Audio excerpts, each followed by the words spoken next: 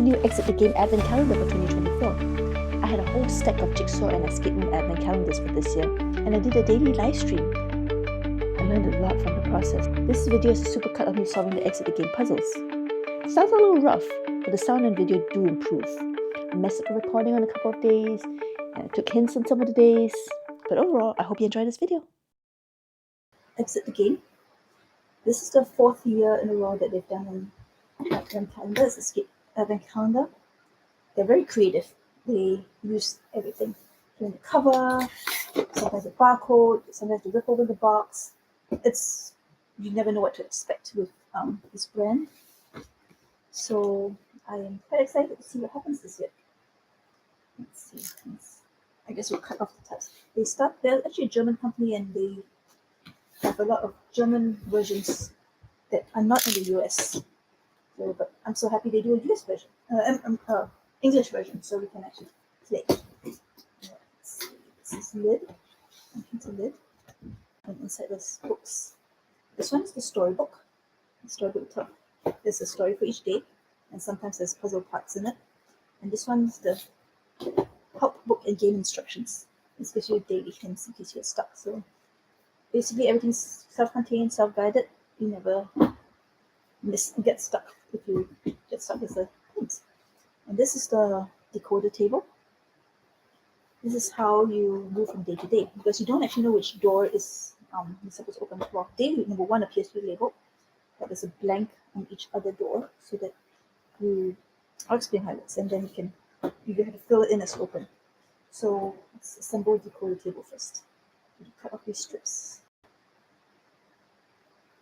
The object of the puzzle each day is to get a 3-digit number, or at least 3 digits that correspond to the colors red, blue, and yellow. And then there's these 3 strips that you set to the right number.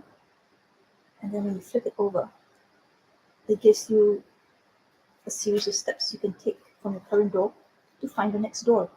And it also gives you a image sequence so they can confirm that you have the right door. It's a pretty clever system, and works so that it's very difficult to cheat and figure out ahead of time which door is what. I mean, there's no real point in cheating, because you're doing these for the challenge, not to just open it. Okay, so we have these strips. I'll paste a little code here. So I'm going here.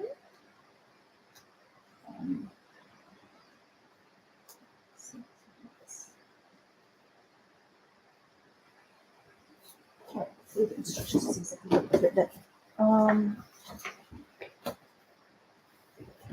What's the game about? You are delivering pizzas to one of the most famous film studios in Hollywood. Filming should be in full swing here, but it seems that the star of the Christmas blockbuster has disappeared. Your only clue is a spooky track in the artificial snow. Do you have the courage to follow it? In order to find a missing star, you face one of 24 challenging riddles every day. The correct solution will tell you where to continue the next day.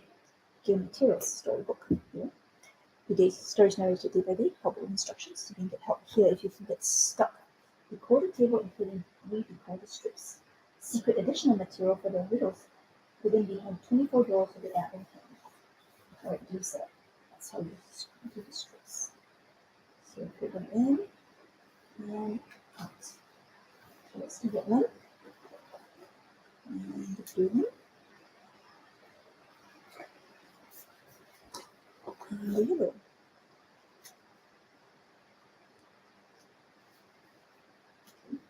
So after you put them in, you can set them to 3 numbers. And then on the back you see arrows that tell you which direction to go in, and a bunch of shapes. Okay, so one side. Alright, let's start with the storybook. Oh, let me check the instructions to see if I haven't missed anything. And I've done this before, so I can put this over most of these. With these, you have the door, the match. Okay, so it's pretty much what we've done before. Okay. Introduction. So the story doesn't usually affect the game. Oh, that's a lot of story. Do you want me to read this?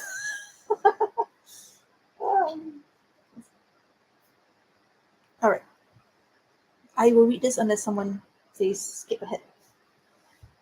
Jingle bells, jingle all the way, pops up from the radio as you drive a pizza delivery car through the festively decorated streets of Los Angeles. Hey, that's where we are. Perfect. The traffic is worse than usual, and that's saying something. It seems as if the entire city is out on the roads. Maybe early Christmas shoppers? As you are driving at a snail's pace, you have time to take in the roadside scenery.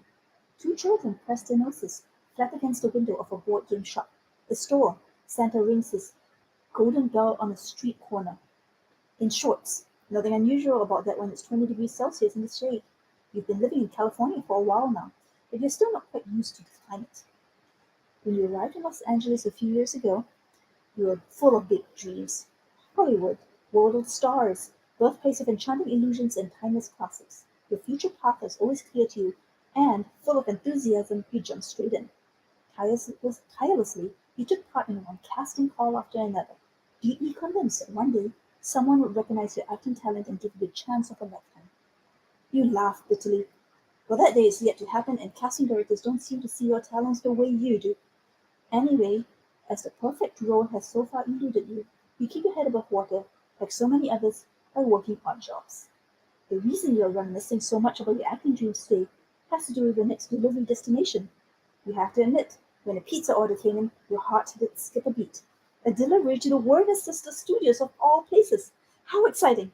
Everyone in Los Angeles knows the address of this legendary film studio.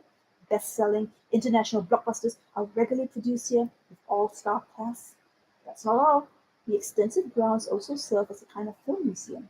It is the home to sets of all-time classic films, including lots of original props. We have visited the Warner Sisters Studios for casting calls once or twice. Even if nothing came of it at the time, you at least know the area a little, and are able to find the correct set pretty much right away. The entrance gate is half open and a large sign hangs in the door. Absolute silence, filming! Below it, someone's pinned a handwritten note. Please put pizza next to the director's chair. Money will be transferred. You realize you had a delusional hope of being able to speak to someone here, maybe to get an autograph or to see a few celebs. You enter the set and are surprised to find it deserted, or at least filming is not currently taking place. They must be on a break. You look around curiously. The scenery indicates a remake of a classic in the style of Charles Dickens' A Christmas Carol. The historic-looking street with a cozy old pub is fronted by a huge, festively decorated Christmas tree. Artificial snow is falling everywhere. Someone must have forgotten to turn off the machines. Even though you know this is just a set, you can't help but be filled with Christmas spirit. The set designers have done a really great job. However, the fact that the place is deserted seems strange to you. Even when it's a break, there should still be umpteen people scurrying around, checking camera angles and lights, getting props ready, giving final instructions to the cast.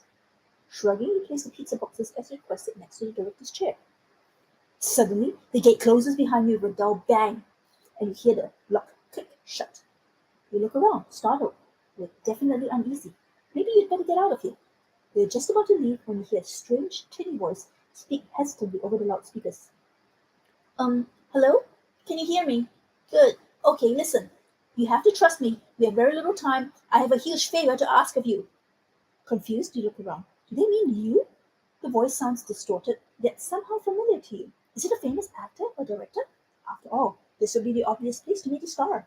You listen spellbound and try to remember when and where you've heard the voice before.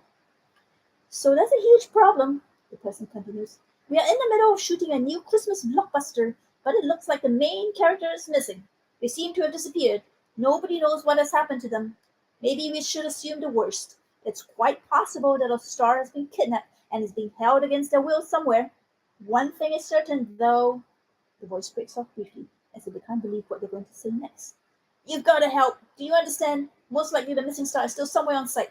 Search the film sets and bring them back in time, or the Christmas movie will be ruined at the very least. Completely dumbfounded, you sink into the director's chair. Oh yes, that's the voice. Rather annoyingly, you'll find the doors to the film sets are locked for security reasons.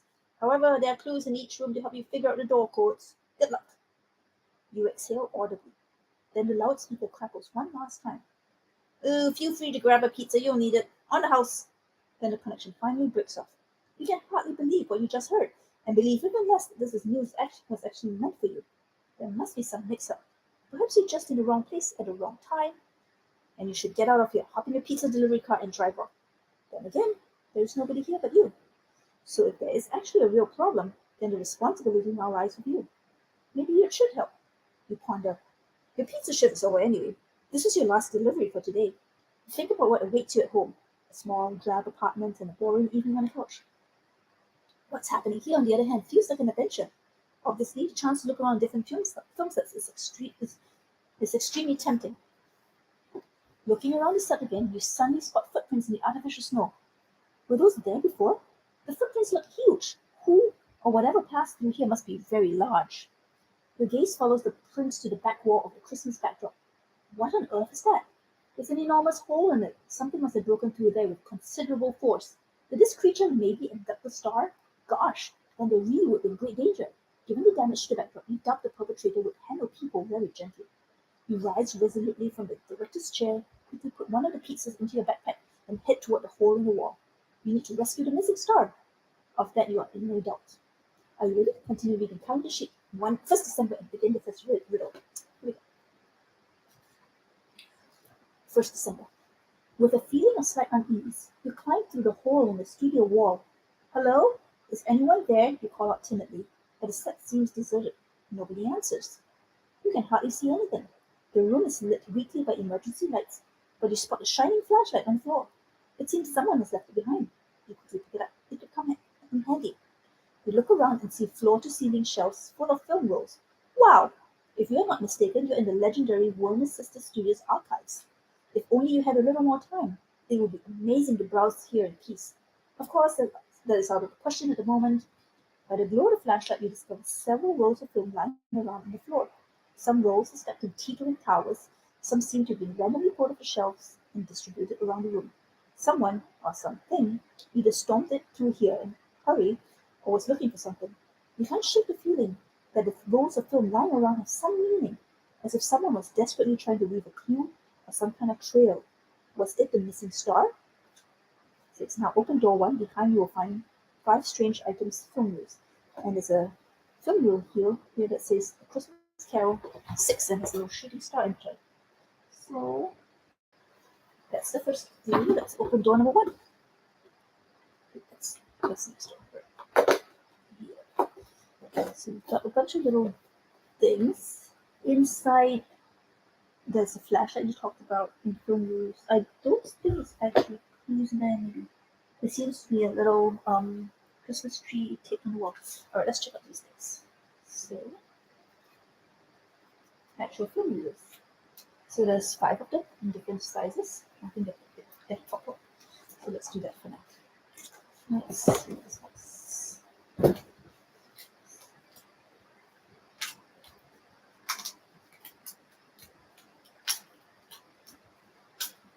So we have 5 there, and the 6th one here.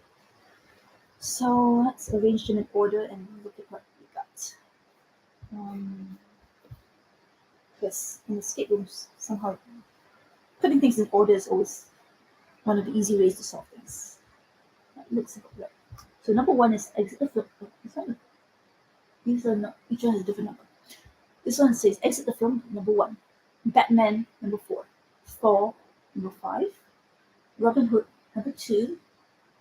The Birds, number 8. And Christmas Carol, number 6. Alright, so each one has a little shape. This looks like each other.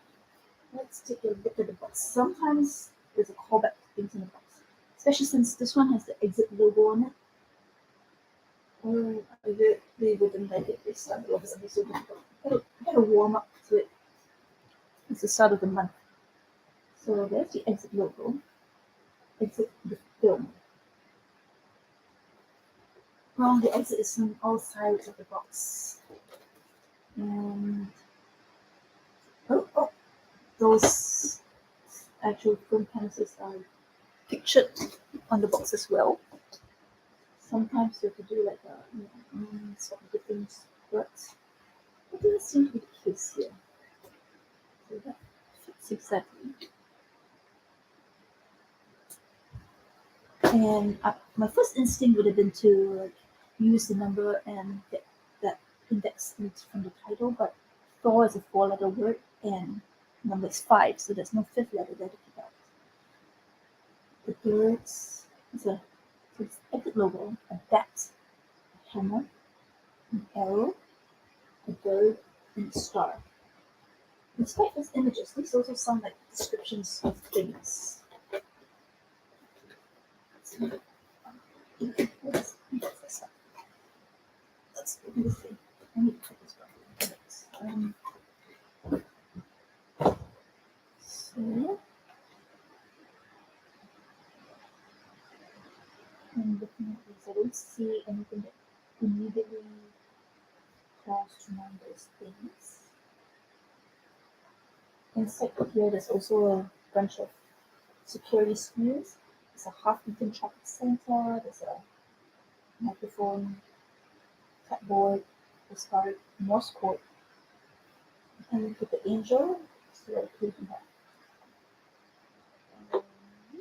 Bunch of things, many things. Too many things to go over. There's a map here. Okay. So, in the interest of time, let's try taking a look at the very first hint. So, just so you get an idea of how it works too. So, flip to 1st December, we have solution, second clue, first clue, starting from bottom.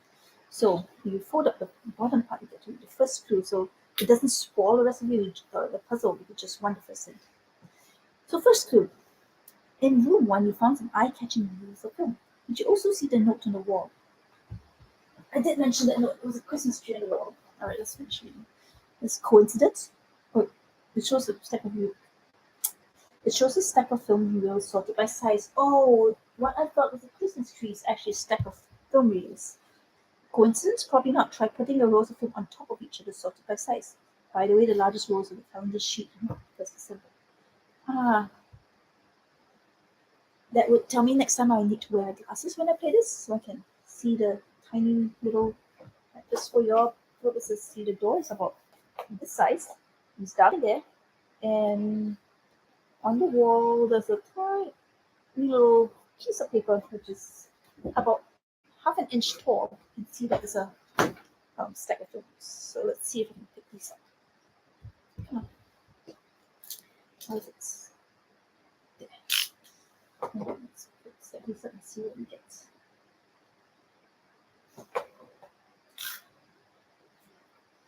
Interesting. So that's a part of getting used to this. Also learning that everything needs to be paid attention to. Stacking this up is not showing me too much, especially if you put it all exactly on top of each other.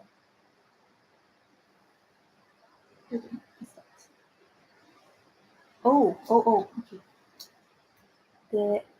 There is a very faint white outline at the edge that when you stack these up, it forms an image.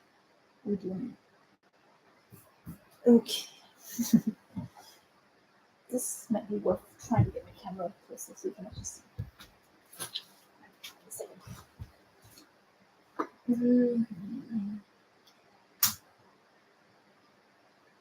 What is this?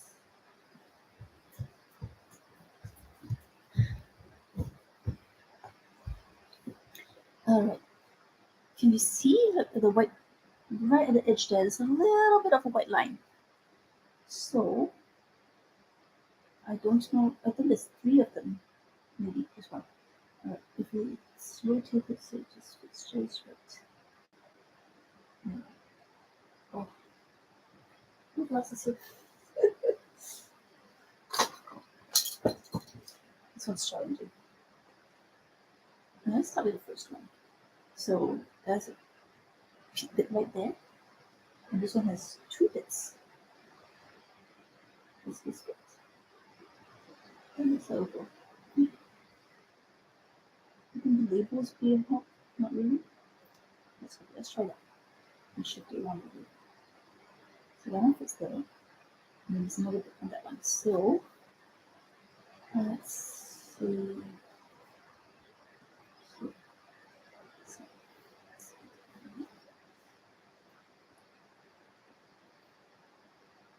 see. So when you start that, there's a new one on the other side.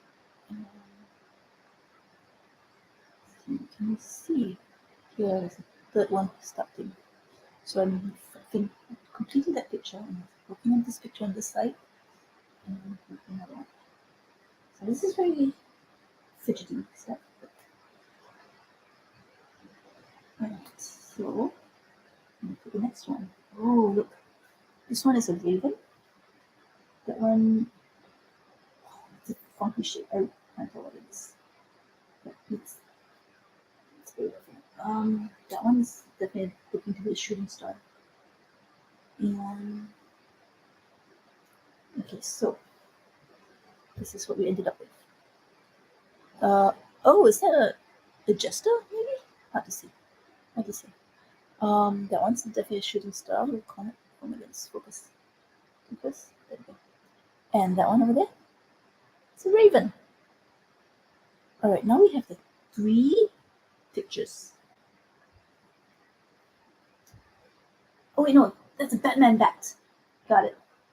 So we want the bird, bat, and the shooting star. So if we open these back up, see, the shooting star was number 6. And the raven was the bird, so it's an 8. And the bat is Batman. So these are our 3 numbers. The question is, which order do they go in? Was it the order in which we started building them? Because that would be then the bat, bird, and star. Well, why don't we give that a try first? Let's see. Okay, so the bat was first. Yes. So there'll be 4 maybe. And unless it's some, let's try this. Then the next thing we found was the bird. So that was 8. And the last one we found was the star. So that was 6. This is 4, 8. 4 and 6. When you turn that around, you get the codes north, east, east, and up. So let's try to see this. So door number 1, northeast, east. Oh, that does not work. That's not going to go up and over the other edge of it. So we got the right images. Now we need the ordering of these. Let's look inside this box to see if there's anything else we missed.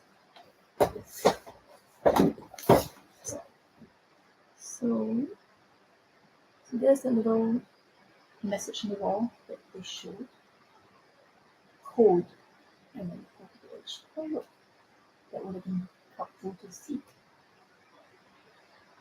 And you can see, yeah, the rest of the tiny room looks empty. And there's a flashlight. So we have the 3 symbols. We have the 3 numbers. The question now is what order? We'll just put them in alphabetical order. A, B, D, T. Something like that, but it doesn't feel in line with what they've done before. But let's try it. You can always read the solution afterwards to see what was actually intended. So that would give us, let's shift it. Nope, we're getting too high. Alright, we'll give it a try. Let's check the next clue.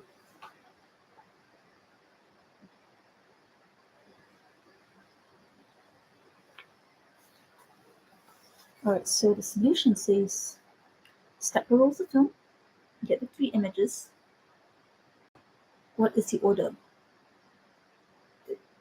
It shows the arrow pointing up on the order in which the films are in the stack. Just the film views alone in size. Also a little obvious, right? It seems to say that I didn't try that. Alright, so the biggest one is 6, 8, and 4.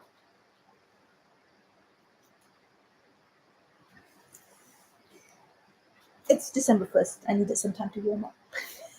So the code we end up with is, let's see, I'm sorry, can we move it? Is this, which is down, right, right, right. So from door number 1, down, right, right, right. It says a star, Y, and 0. And if we go back to look at the code, it indeed shows, I can focus, star, Y, and 0. Circle. So you know that this is door number 2. And if I had a pen nearby, I'll write number 2 on this. And I'll just put the ones to look for it. And then we'll be all set for tomorrow. So that is the escape game calendar. And yeah, they're quite challenging sometimes, but I think they're really creative in the way they use their game components. So I'm going to put these back in door number 1. Not that I will, so you can find them again if I need to. Sometimes they go back and use other components on later days, and I'll need this table later. So I know we used the hints, but I didn't want to spend a long time sitting here silently staring at it. This is meant to be fun. Put that away for tomorrow. The escape calendar. It's not this calendar. Although yesterday it helped to look closely. So that's right. I didn't label the box, the door yesterday. I forgot to. So I think it was 1, 2, 3, 4, door number 2. And I know I popped the door in so that you can find it. All right, let's get started. So this. Oh wait, story first. Where is? Totally forgot. All right. We did storybook for 1st December, 2nd December. And it's a lot shorter. It goes, you are still looking curiously at the numerous film roll-filled shelves when you suddenly hear a crackle, hear muffled voices through a loudspeaker. Blast! Got no light on set 4. What if a star is there? I can't fix it from here. Okay, understood. Someone has to press a switch in the tech room, otherwise we'll all be sitting here in the dark. Hello? You call, facing the loudspeaker. Can you hear me? There's another crackle and the connection seems to cut off. You sigh. Why is it so difficult to talk to anyone? Obviously, there are people here somewhere, so why don't they show themselves? You suppress a shudder.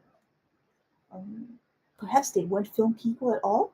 Maybe that was the voices of the kidnappers of the film star? In which case, it would be obvious why they were hiding. Do they know that you're here? Did they just hear your call?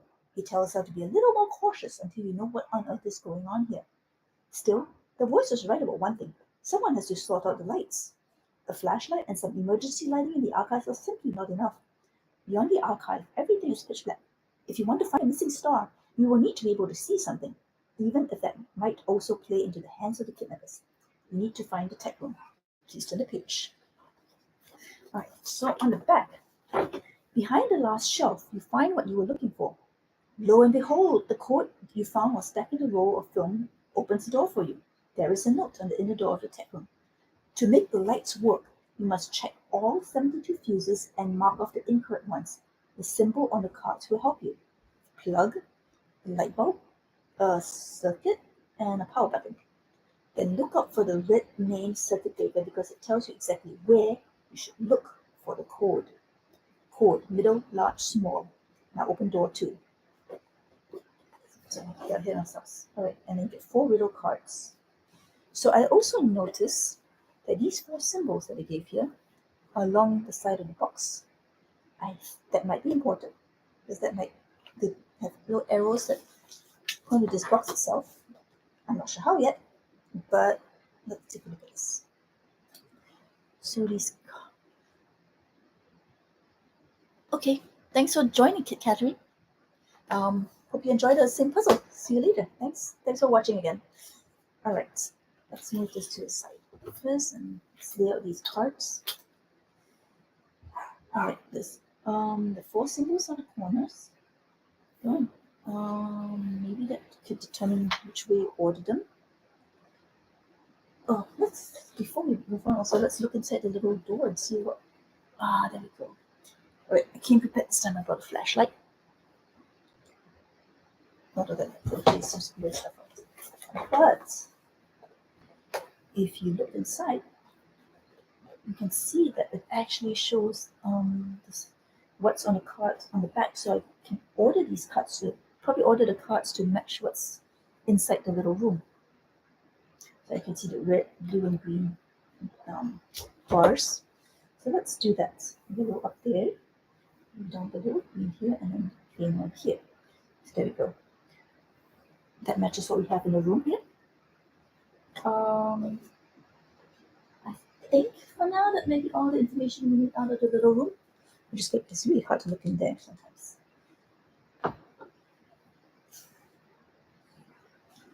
Alright, so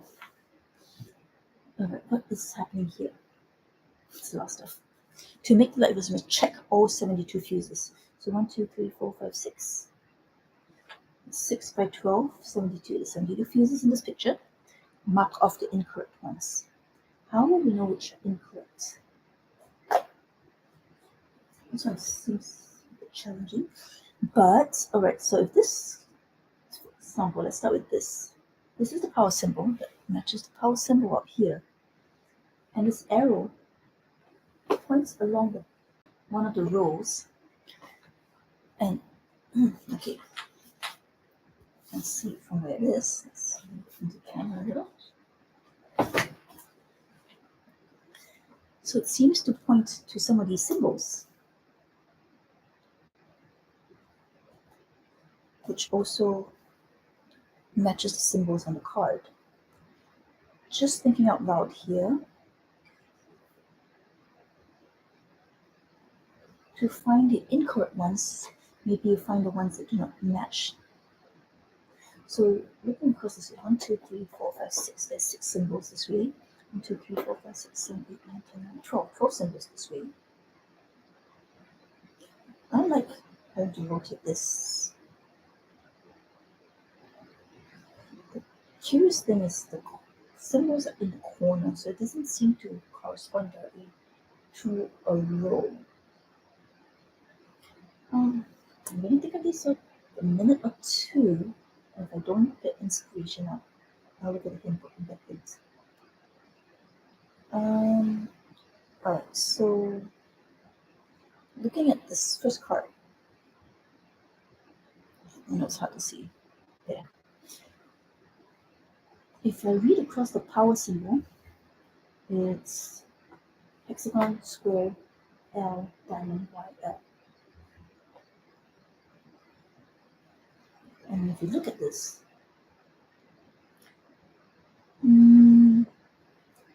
there's no hexagons on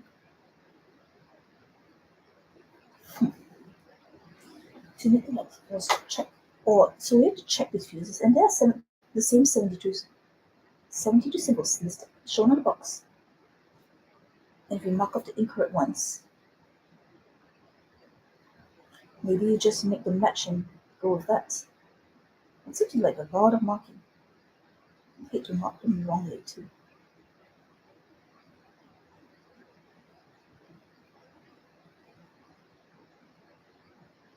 Alright, let's take the first hint for the day.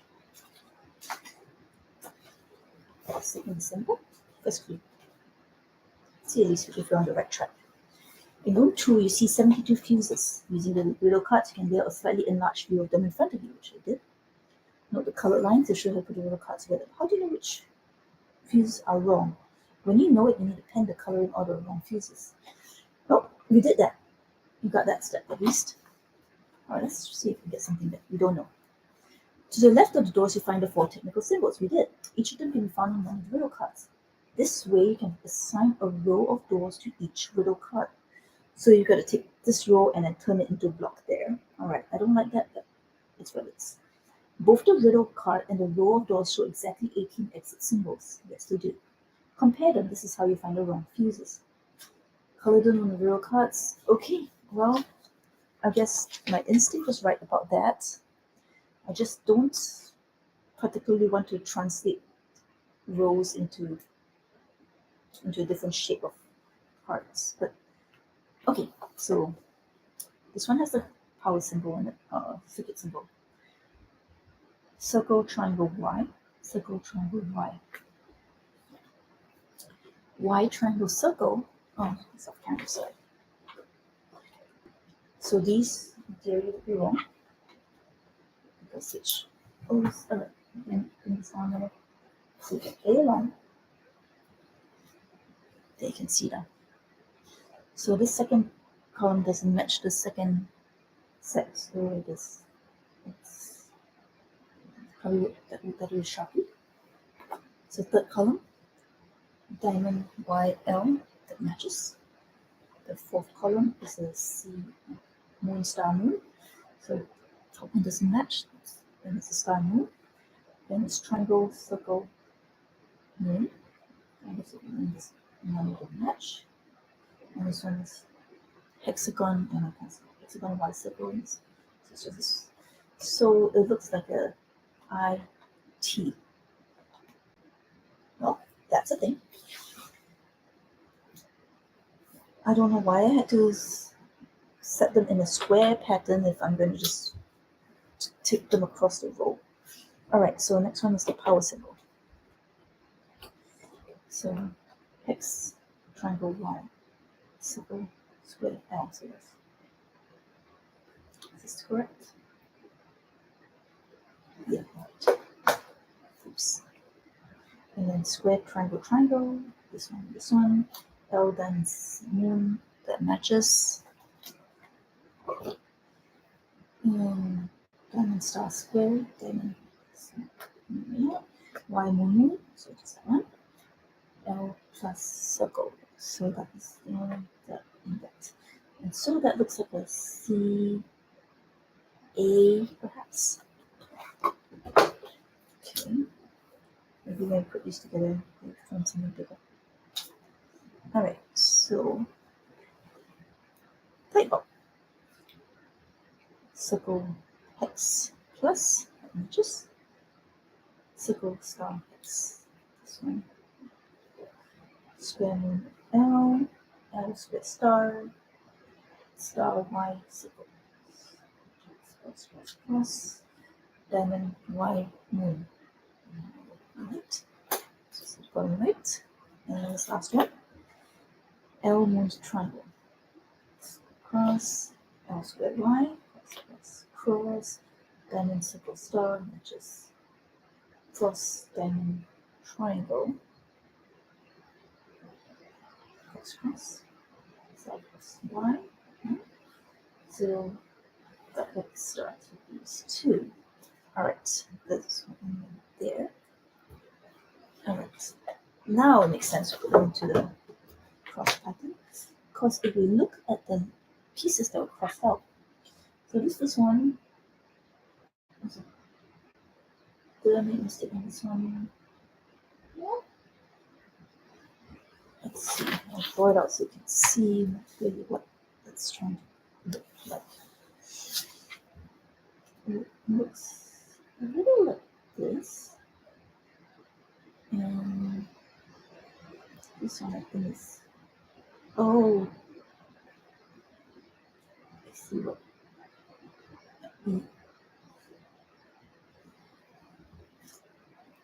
XIT. That's a big mistake there. Yeah, that one should have been on T1. So it forms an exit. Okay, so now the storybook says the red main circuit breaker tells you exactly where you should put the code, which is this red square. Yeah? And that corresponded to light bulb here, right?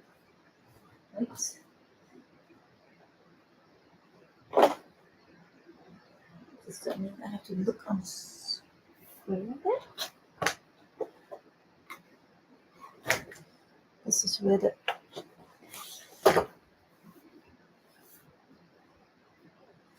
alright. While we're at it, I'm going to take a look around the box because sometimes, this brand makes use of the packaging in very unusual ways. So the fact that they having the exit symbol might be a hint to look somewhere else, just in case. Something on the back, perhaps? Nope. None of these things match.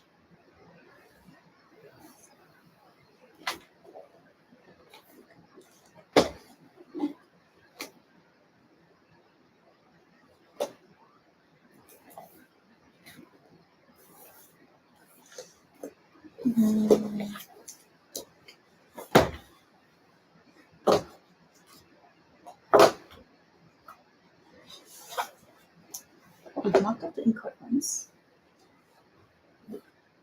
There, look.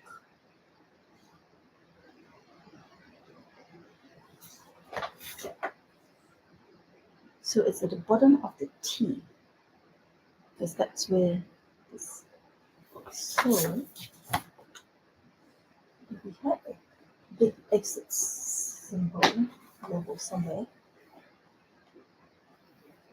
bottom of the T.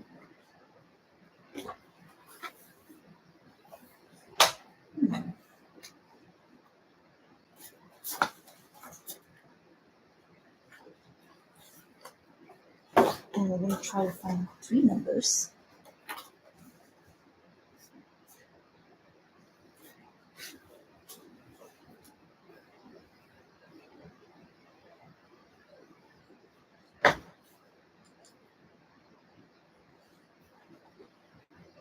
Let's take a closer look at the bottom of the T symbol. Exit. Let's see if we can see. Nope, not with a flashlight. If you look at the bottom of this T, that's tiny little number 8 right there. Whew. We need 3 numbers. Oh my goodness. Can't believe they hit it so tightly. Wow. So yes, that's why I have a flashlight and I put my glasses. Okay, let's see if we can find any more of these. This exit symbol logo is all over the place. You could actually tell there's a number on that one.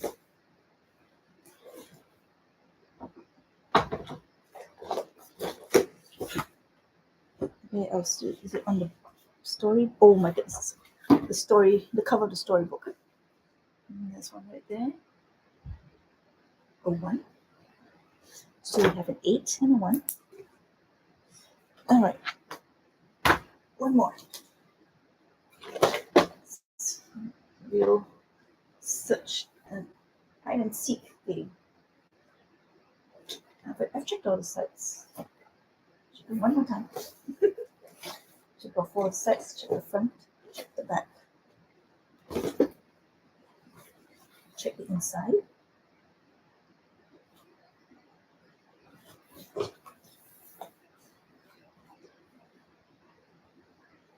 Oh,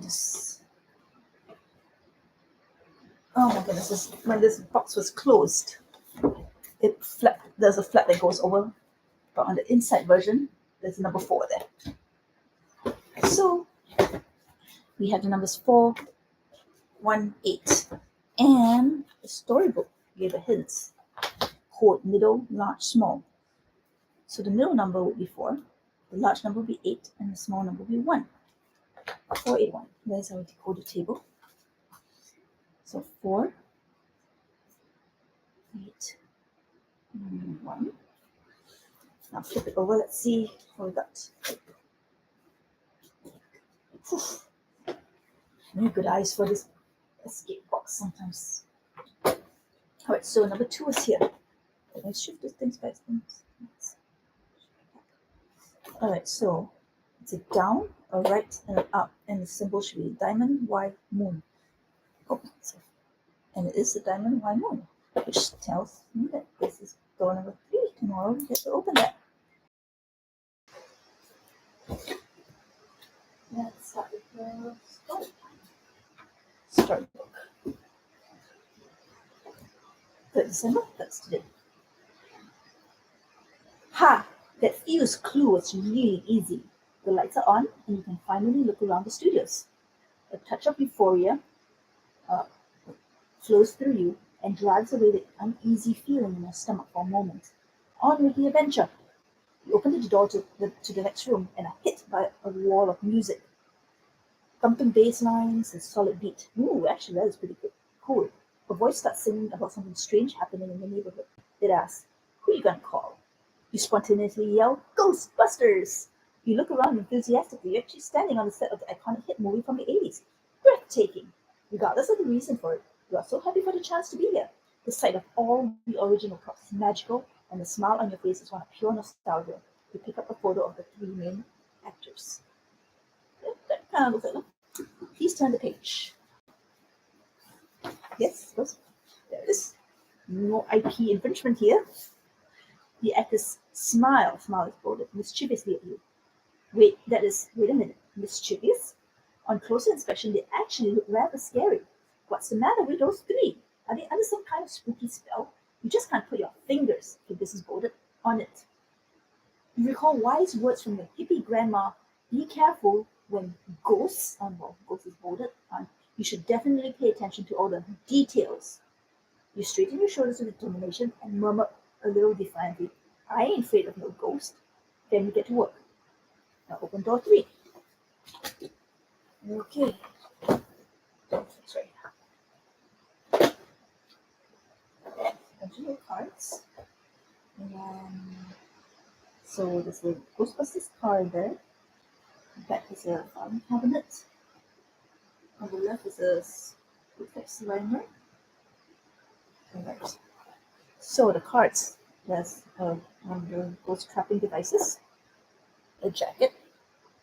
I don't know. Oh, this is the proton pack. And visors. Okay. So somehow we should get the 3-digit number out of this. So let's see. The clues we've given: smile, fingers, ghost details.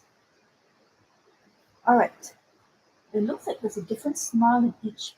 The ghost in each picture, and the logo is smiling differently. I'm going to close to the camera.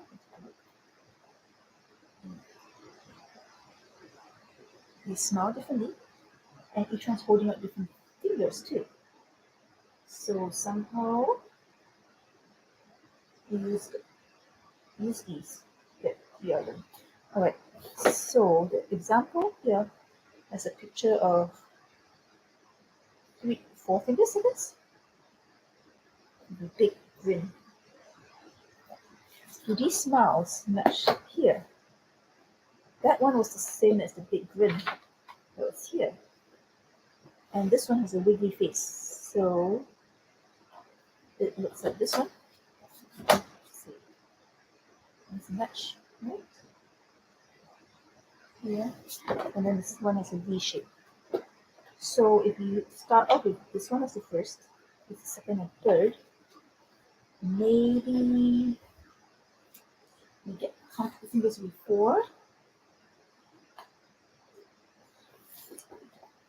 How many fingers is that showing? These are ghosts. This is a ghost. We look at both hands. Is that 2? And 3 on that side? 5 maybe? I don't know. 4, 5. And then this one is 1, 2, 3, 4, 5 on the left and 3 on that. So 8. Maybe 4, 5, 8. Okay. Let me see one hand and look at 4 fingers out. Alright, let's put that word on the table. Let's try. We'll try it before we do the things. 4, 5, 8. That. Okay. Up, down, left, and up. Why more? I think we got it. Let's try. There's this pen. Write the number 4 there so you know what to start next time. And that was a lot easier than previous days. Maybe we're finally getting in the groove of it. Very cool. So when you look at these things, it's always helpful to know to pay attention to the bolded words. smile and fingers and ghosts who hold it. So I think that tipped me off that that's what we're supposed to look at. So let's put these cards back in number 3. Put this away for tomorrow.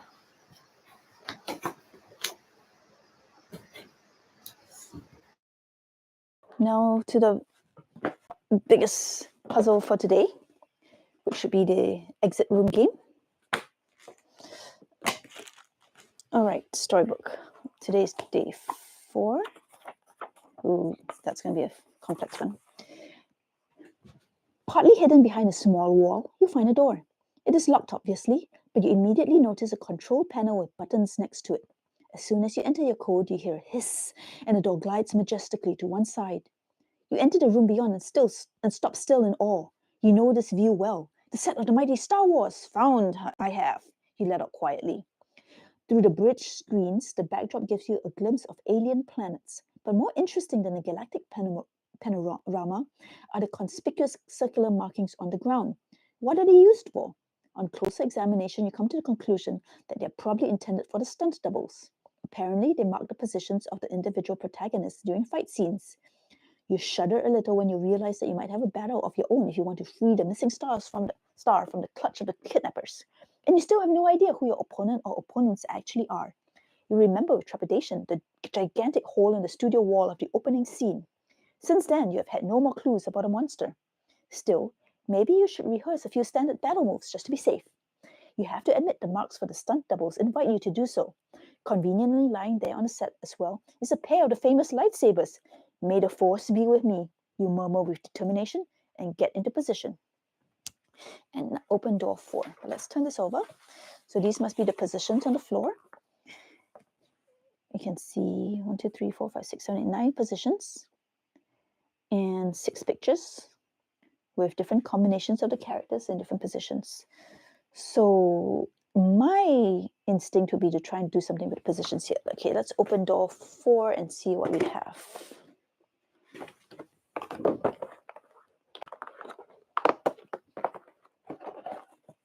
Oh, 3 little lightsabers. Practice Padawan so you know exactly how to do every step and saber blow. The force will be with you. Adorable. All right, let's do some popping out. I mean, popping out things from perforations is like the most, what do I just, sorry, it's like fun. Here. Alrighty. So we have this blue and green and red. All right, seems straightforward, but let's see. So the red starts from Obi-Wan towards this lady. I do not know who she is. Well, these two have a white background, so let's do both of them together. So this one's from him to Darth Vader, and this one is from her to pick up. So that looks like a number 1.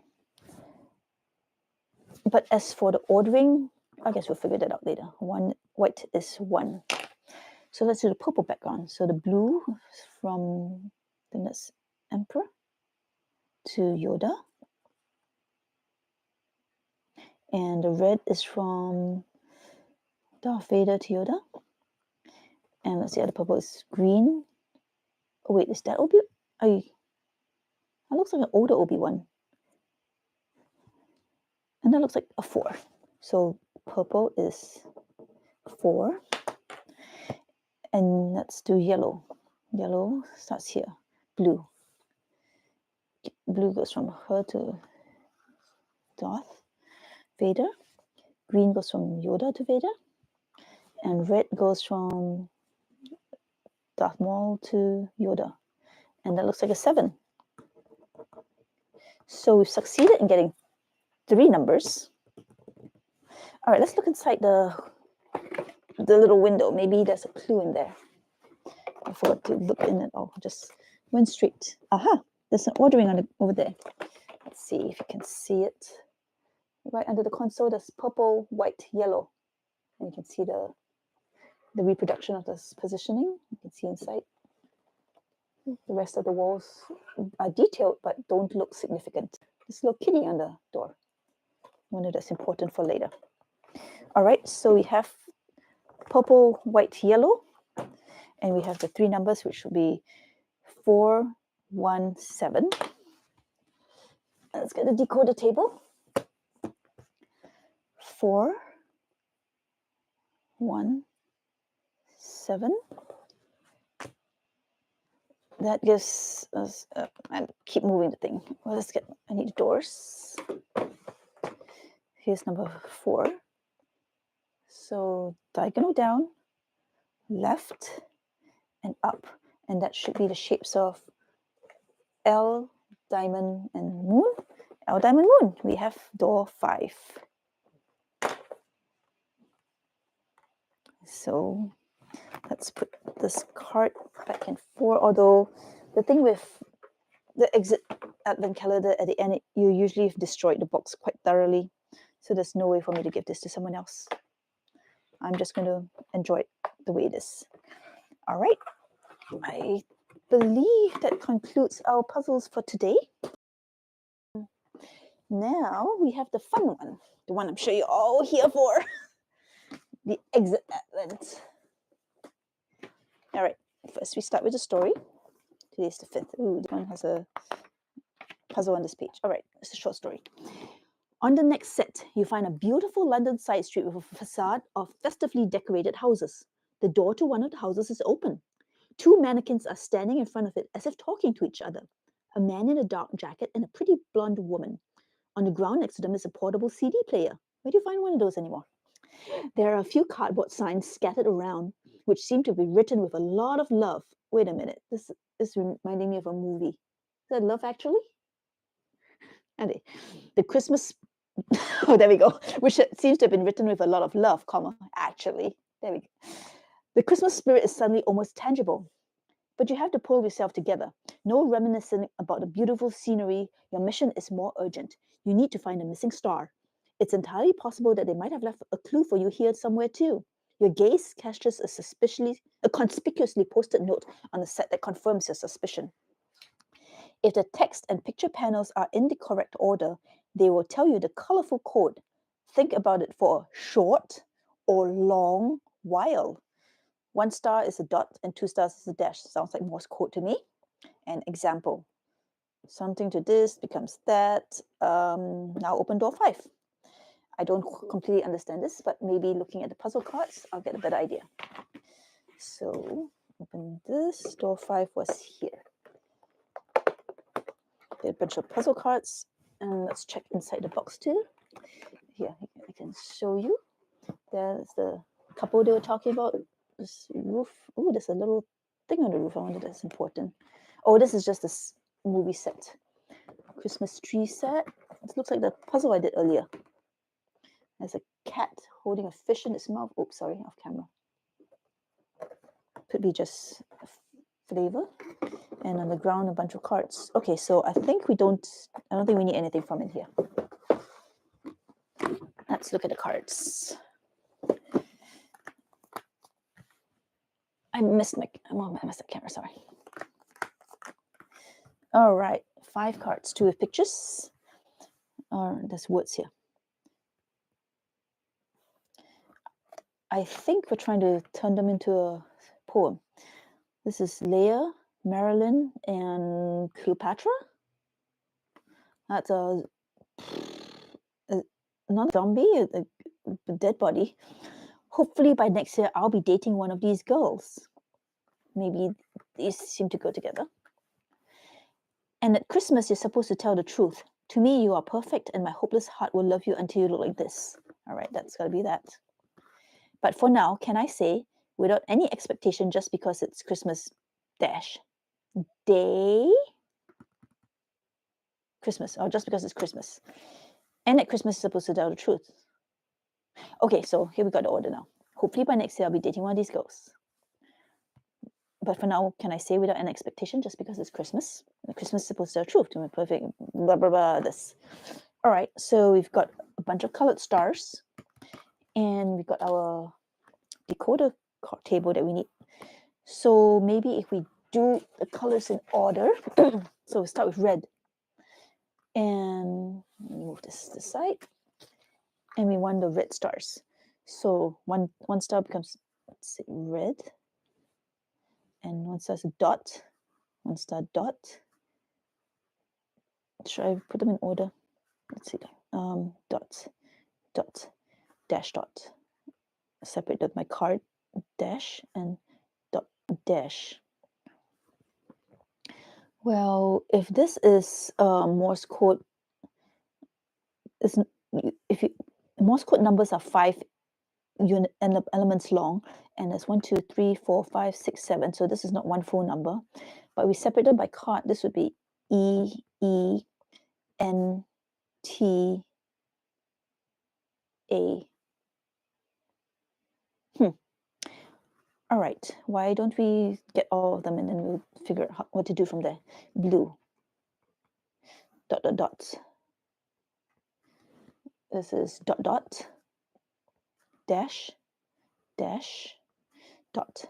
So that's S, I, T, T, E. Odd, very odd. Maybe I'll, oh wait. There was this clue here. Think about, there's also this example where, oh, I think are we supposed to overlap the cards to where the line is? That's what it is. That's the important part of the clue. Because you can see here, this one, both have lines, and they take the yellow card and overlap the white card to where the line is. So I think we're supposed to do that for the sequence. And then I have to redo the stuff. Okay. All right. Do we separate them out by color again? 1, 2, 3, 4, 5, 6, 7, 8. I see 8 red stars. So let's do that again. Red still comes out to dot, dot, dash, dash, dash. Oh, now that's a number. I think there was Morse code on a Morse code table on the box. We'll check that out later. Okay, so blue. We get dot, dot, dot, dot, dot. And in yellow, these are just straight Morse numbers. Dash, dash, dash, dash, dot. All right. I think we're making good progress with this one. So let's refer back to our game box. There we are. Up here, there's a little table showing the Morse code numbers. So dot, dot, dash, dash, dash would be 2.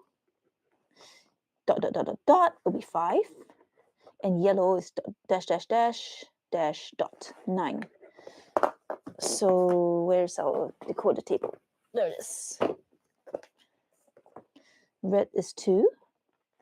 Blue is 5. And yellow is 9. And if you flip that over, and let's see. No, I just pushed my puzzle off the table. I can do this. So from 5, we're going to go down and diagonal down and diagonal back up. And if we got it right, the pattern should be square, moon, L, and that's square, moon, L. So that's day 6. All right, that was pretty straightforward if you make sure to use all the elements you were given. Like the first time I tried to decode this, I missed the part that was supposed to overlap the lines. But no harm done. It was a pretty fast puzzle. This is going much better. The first couple of days, I think I had to check the hints because I just got completely stuck. I forgot how the style of this works, or maybe they just wanted to give you a challenge the first few days. But this is going well. Okay. All right, let's go to exit the game. That will be actually a riddle. Thank you for bearing with me. This one, not a lot of puzzles. Don't get that book. All right. Today's number 6. Flip over. Puzzles have been getting pretty decent on this one. All right, a short story to read.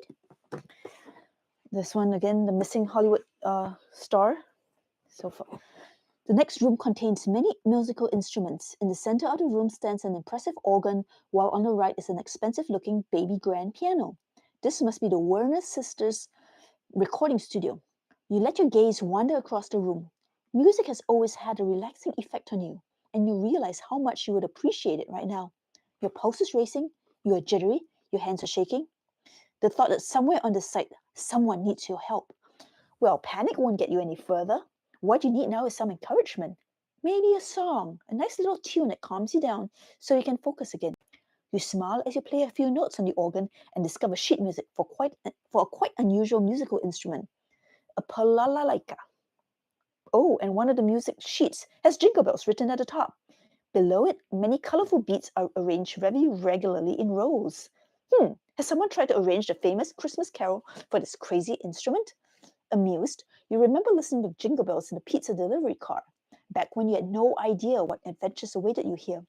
Without further ado, you decide to play the song.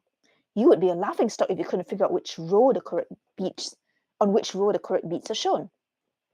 So turn the page, open door 6.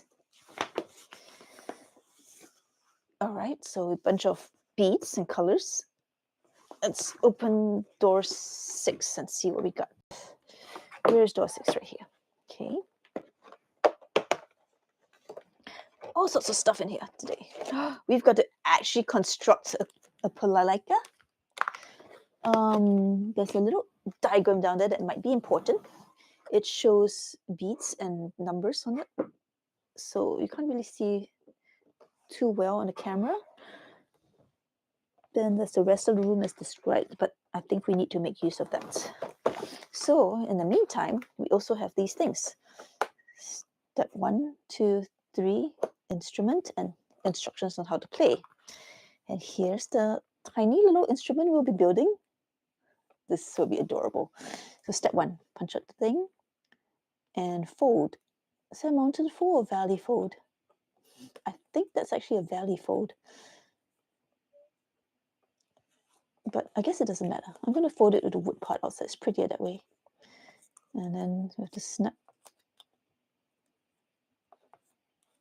that in. So let's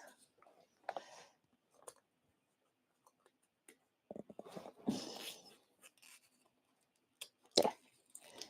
All right, I have that, and turns into that maybe if you look at it straight on. Oh, it's a bridge.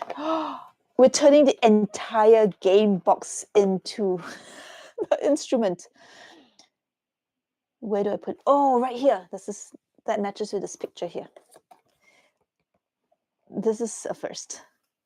Oh, and there's this green line here that's supposed to represent this green rubber band, and here the beat section. So I guess when you follow the instructions on this page, you're going to be strumming where these beats are. Oh boy. All right, let's do this rubber band. This is going to be fun. I am making a zither of some kind, I guess. All right, let's see, rubber band. Let's put it on the box first. And then pop this under. Ooh. This is so ridiculous. All right, and you can see. All right, and BAC. I wonder if that's it for the solution. And then instruction, use your fingers.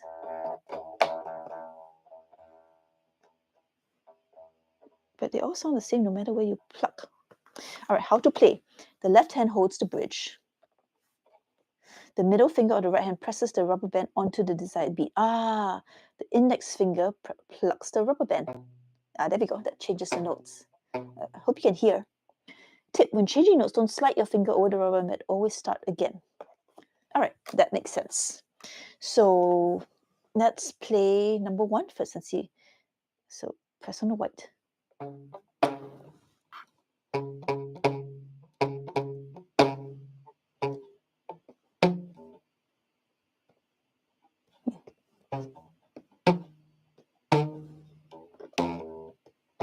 That doesn't sound like jingle bells. So let's do the second one.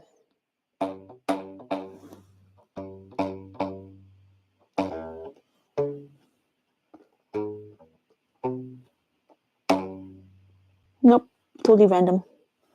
Let's try the green.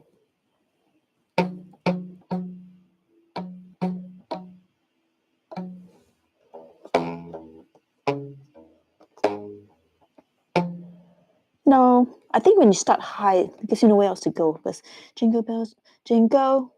So dark blue is promising. Maybe just music listen to.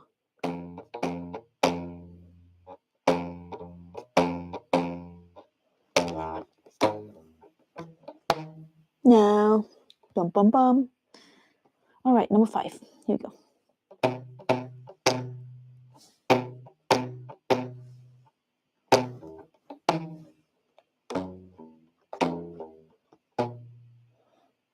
Started out promising, but it went a little wonky at the end.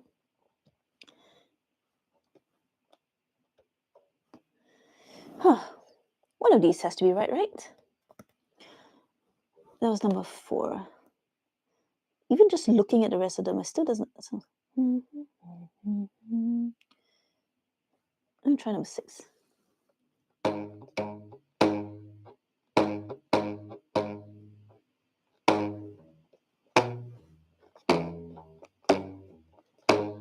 That's it.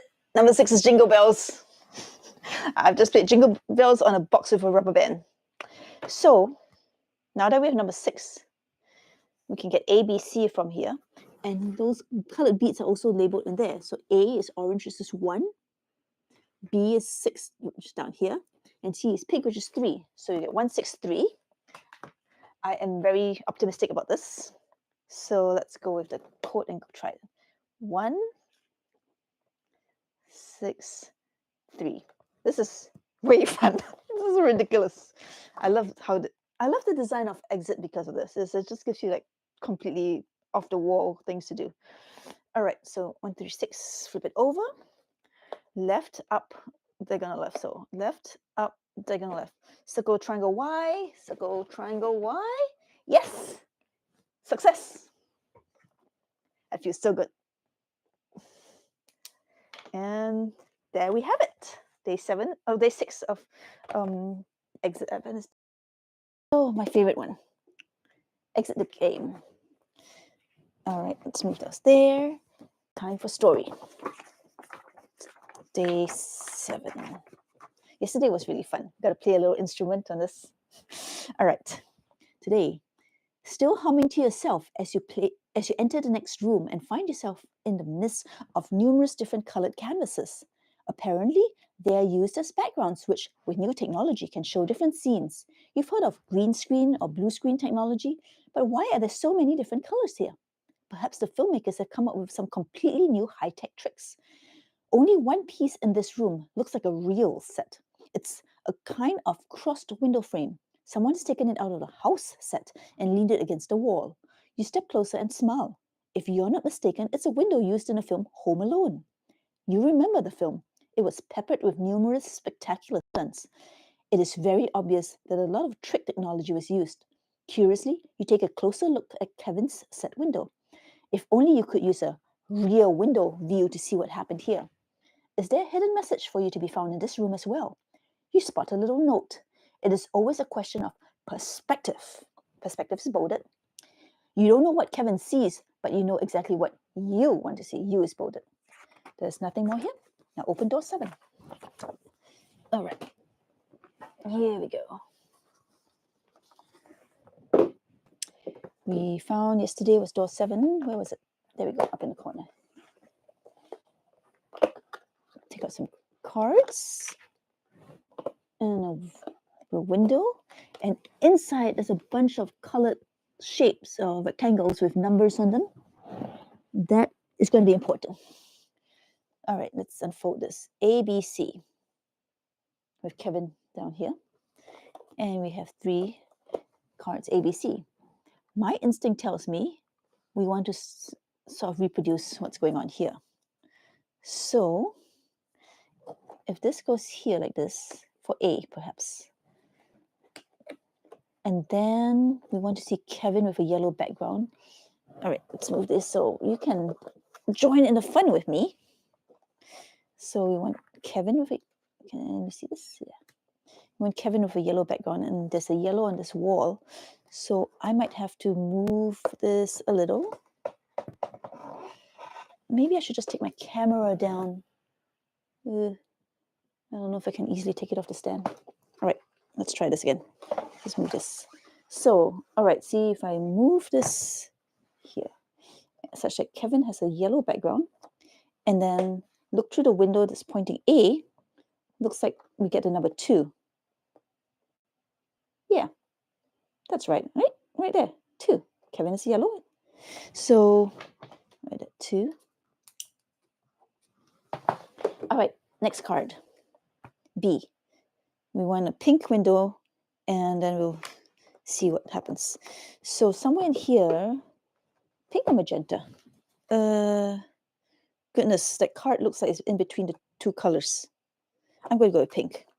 So if we angle this such that we get pink in the top window, and the B arrow is down here. Oh God, it's really dark. Pointing to the number 8. Let's see if you can somehow see it. So pink 8. This is tricky, but you can see it's sort of a little shadow of it back there. All right, so B would be 8 maybe. And C, try to get orange in this window, and then the arrow is pointing up from here. So orange is down below there in the back. Let's position the window frame. Interesting, there's little bobby pins up there. All right, sorry, don't get distracted. Orange in the back. C points to 1. I think we got it. All right, let's see if what that yields in terms of doors. Camera, go back. Thank you. Why am I talking to the camera? All right, let's see. Sorry. All right, we have 281. 2, 8, 1. And the directions are down, right, and up, right. So down, right, and up, right. And the shapes are diamond, Y, L. Diamond, Y, L. We've got it. That's day number 8. All right. Wow, that one went fast. That's fairly straightforward. All right. The Advent calendar for Exit. I think one of the things I really realized I like about Exit is that it doesn't require the internet or your phone. You don't have to look up stuff on a QR code. It's all contained within this box. And it's often very tactile. 2 days ago, I had to play an instrument. I still thought that was super fun. All right, so day 8 storybook.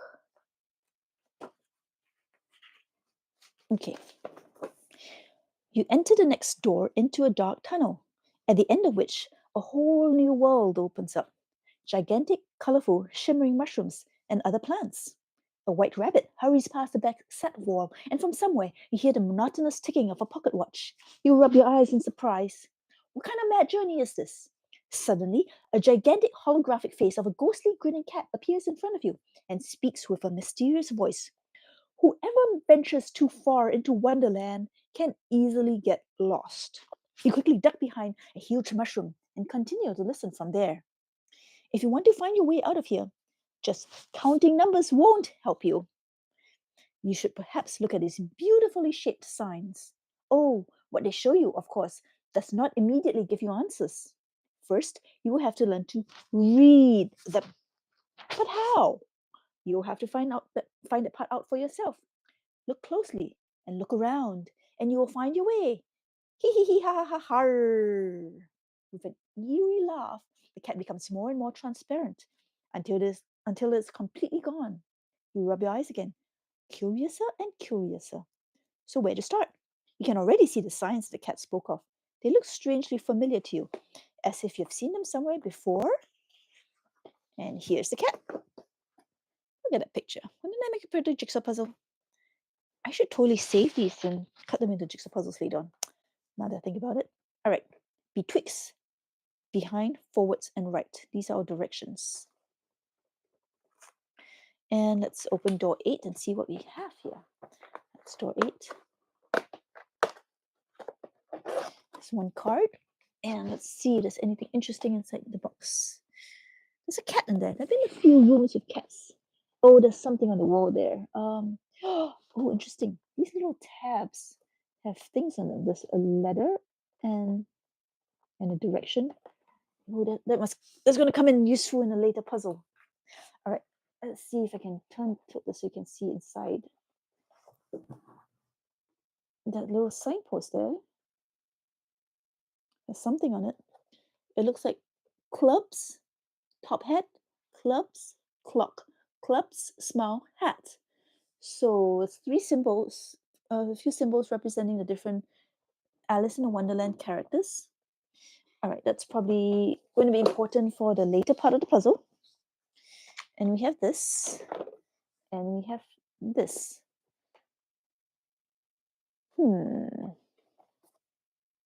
Okay, so 1 is the smile, 2 is the hat, and 3 is the clock. So these are probably the 3 numbers that we will need in our decoder table. And also, oh, wait a minute. That sign has a particular shape.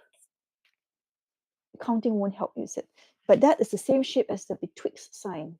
You see that? So if those characters encode different letters in here, which means hat will be E, and clock is watch is W. No, because 1, 2, 3, 4, 5, 6, 7. 1, 2, 3, 4, 5, 6, 7. But hat is also in the last position where T is. And clubs show up 3 times. And this clubs is just supposed to be the random letters that don't mean anything. All right, let's look back at the story and see the clues. Counting numbers won't. Read.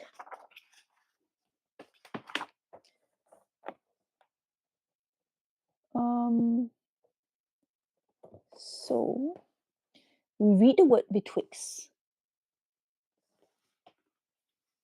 And then we have these numbers. I'm a little stumped. If the hat was in the same position for the 2 T's, I would have assigned that letter T. But it's in the 2nd and the 7th position, which is an E and a T. And the cat is all right. So maybe if the smile is the X E T W, that doesn't make a lot of sense either.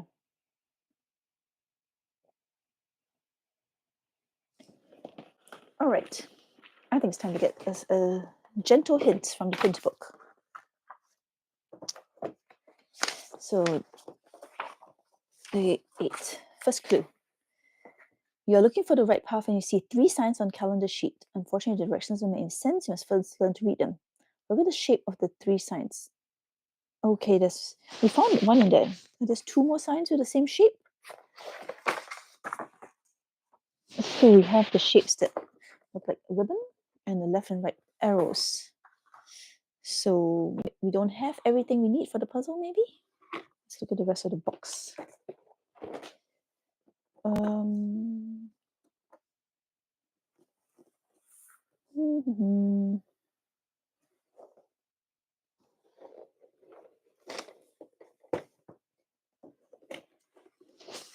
Open the box. Maybe let's see. What here? Nope. Like anything is fair game in this game. So hey, there's stuff on the back. All right. And but here, there's more stuff on this back. I will look at it and enjoy it later, just in case it's a spoiler. Oh, I found something here on this marker pen. This matches the. Oh, I lost my page now.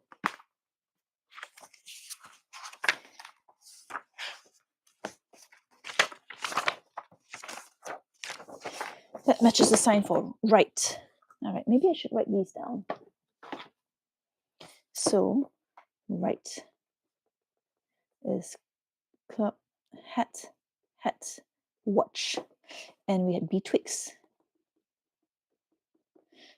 Let's make notes. That was hat, watch, hat, and cat. So now we need to find the double-sided arrow that looks like behind and forward. Where to find?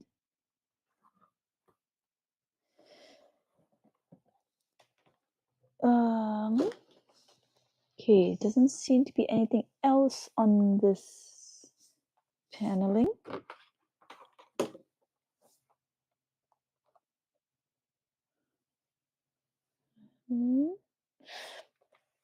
It doesn't seem to be on this edge or that edge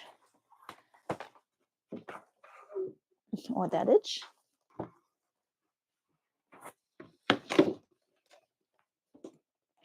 Top of box. Oh, I got sneeze.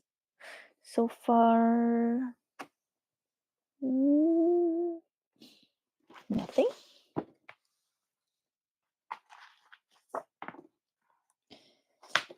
Cover book again.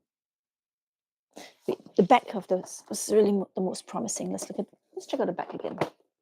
Wasn't there an arrow on the box? Oh my goodness! It's right there in the middle. Was that the one you were referring to? Okay, so that's the last set of letters. So behind.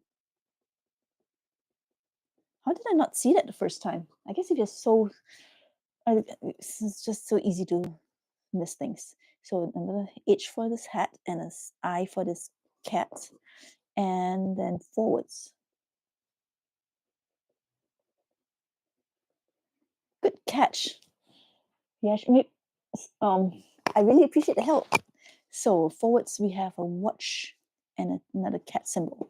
All right, so for the cat symbols first, we have an X, I, and an S. Well, that looks like it makes the word 6. So for the hat symbols, we have I, G, E, T, H. Well, that looks like 8. And then the last one is the watch, which comes up with T, W, O, 2. So that gives us our 3 numbers. 6, 8, 2. 6, 8, 2. Flip it over. Now we have to return back to this board.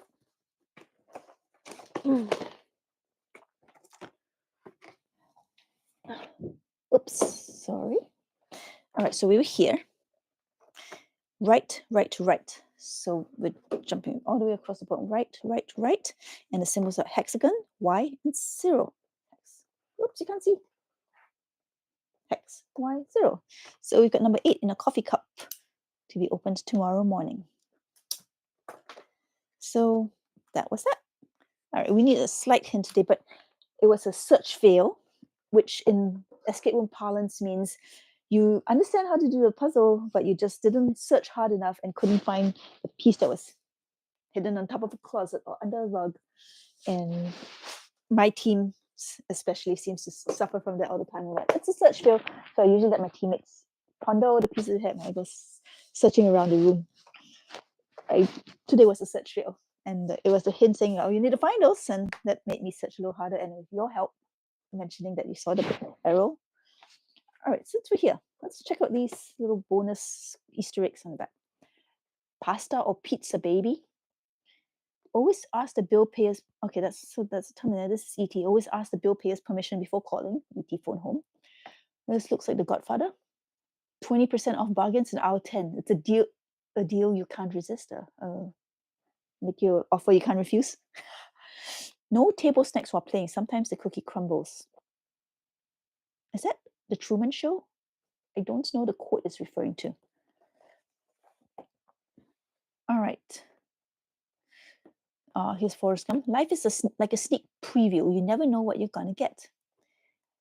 Yippee-yay, foxy mucker. That's Bruce Willis in Die Hard. And here's Darth Vader. You are adopted, Luke. And this one, I carried half a watermelon. I'm not sure what movie this is. Is this like 16 Candles or Pretty in Pink in one of those Molly Ringwald movies? Huh. Still, lots of classics. And I mean, it's a movie themed escape box. So this is fun. This was Sunday. Some days these go fast, some days they take a little longer. So, number 9. Today has a picture and a bit more story. You enter a hall containing the set of a large American parking lot. In the parking bays to your right and left are some pretty normal looking cars, but the car right in front of you immediately catches your eye. It's none other than the original DeLorean DMC-12 from Back to the Future. You step closer, fascinated. The doors open and inside you discover the flashing flux capacitor. On the front dashboard, 3 date indicators are lit up, one above the other. There is a line for the date of the last trip, as well as one each for the start and end dates. With a wry smile, you note that the target time entered is just under an hour before the start date. Yes, oh yes, Marty McFly certainly made the most of this cool sports car during his adventurous travels through time. Please turn the page. You slide behind the wheel in the driver's seat, knowing, of course, that it's a fake car. Just for kicks, you press the accelerator pedal. What did Marty do again? Ah, yes, you have to accelerate to 88 miles per hour. To your surprise, the display on the speedometer actually climbs up. 60, 70, 80, 85, 88. Blue bolts of energy flash. You hit the brakes and scramble out of the car. Of course, it's still in the exact same parking lot as when you got into the DeLorean. Just a fake car. Nothing more. As if you could actually travel back in time. All right, let's get moving. Somewhere on the set, there must be clues to the next door code. Now open door 9. Okay. Where was it? Oh, door 9 was the coffee cup. I wrote 8 by accident yesterday. All right, here we go. I remember that. All right, let's look inside. I can see a DeLorean. Just a regular parking lot. Nothing on the top. Nothing on the bottom. All right, looks like most of the clue is just a card. Close that for now. And yesterday I noticed there were letters on these little tabs. So later at some point we'll have to use that information maybe. All right, flux capacitor. Where these 3 numbers have been found, other numbers should be seen. Take a look around and put them in your time machine. Interesting. So there's a blue 4, a blue 7, red 4, and a yellow 6. Also, I noticed something. December, October. These also say December, October. I mean, surely it can't be just as simple as moving the tabs to those numbers in the card, can it? Let's try that first, and if it doesn't work, then we have to search for those numbers somewhere in the box, I guess. No, there's no way. We started up in the top right corner, so moving to the top, up and right is not possible. All right, so again, we have these. Are these like indexed? We count to the 4th red letter, 4th red number. 1, 2, 3, 4, 5, 6. All right, I'm going to just try that. So the 4th red one is 0. The 7th blue one is 1. And the 6th yellow one is 5. So get this. Again, that goes top left, which we were in the top right corner, so we can't move in that direction. So let's look on the box for these numbers. Or maybe a flux capacitor shape. Let's try the back of this. There's so much going on in the back.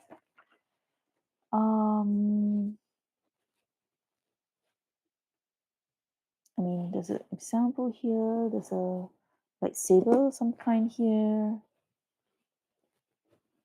This. Nope. I don't see anything. But then again, it's not like I haven't searched for it before. All right, let's check on the inside here. Sorry. All right, there's a bunch of security cameras. Those don't look like anything to me. And down here, those don't really look like anything to me either. I'm going to read the clue one more time just to be careful.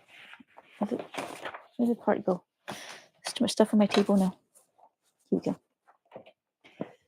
Where these three numbers have been found, other numbers should be seen. 4, 7, 6. Where these numbers have been found. So here's my time machine.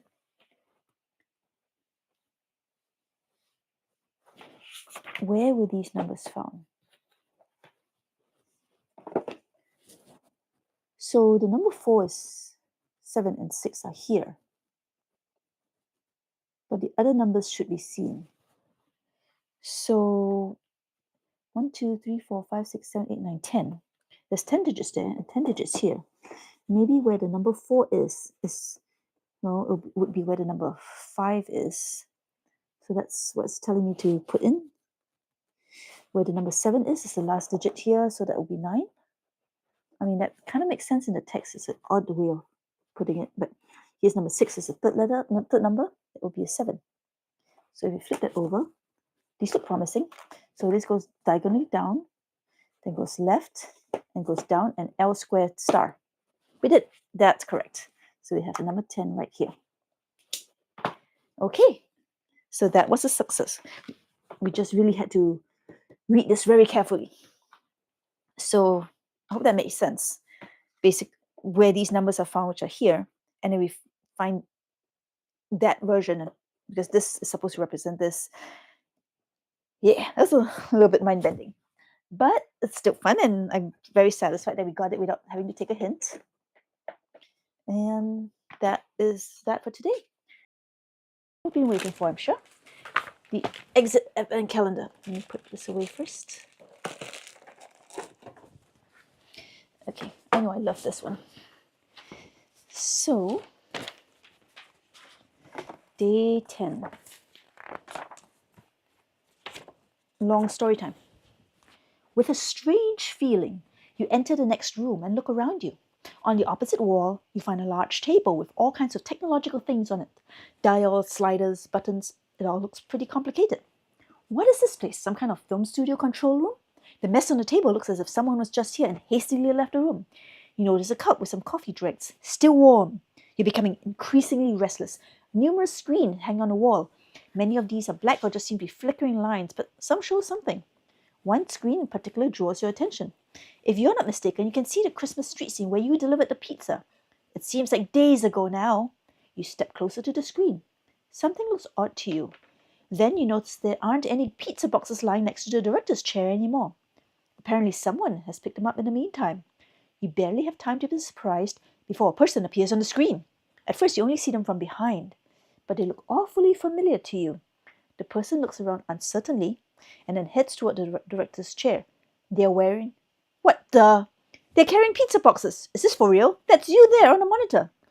The word live flashes in red letters in the lower right corner of the screen. So this is not a recording. Then you understand what that must mean. Crazy! Gosh! If that's really live, then it can only mean that in the previous room, you actually did make a trip into the past by almost an hour. Stunned, you watch yourself putting down the pizza boxes. Any minute now, the announcement should come over the loudspeaker. Who in the world was actually speaking to you? You haven't seen a soul on any of the previous sets. On screen, you watch your past self turn to go, and then the realization hits you like a flash. Speedily, you grab the microphone set up in front of the table and feverishly try to remember the right words. Hello? Can you hear me? Good. Okay, listen, you have to trust me. Your voice sounds distorted on the street set. After you give your past self the message as best as you can remember, you suddenly realize how hungry you are. Your glance falls on the pizza delivery bag that you have carried with you the whole time, without even thinking about it. Hastily, you grab the microphone again. Oh, feel free to grab a pizza. You need it. On the house. Well, that's done. You greedily grab the pizza and tuck in. You decide not to linger on the insanity of what just happened. There will be time to unpack that later. But the fact is, the star of the film is missing, and someone has left numerous messages for you. Messages is bolded. There's definitely something strange going on here, and you're determined to get to the bottom of it. Perhaps there's some clues on this work rota as to how to open the next door. Strangely, only calendar weeks CW are entered at the moment, but no fixed dates. Please fill in Caddy's rota. So we have, let me move this up. CW 48, 49, 50, 51, 52, and then Monday through Sunday. Now open door 10. Okay then. Let's go to door 10.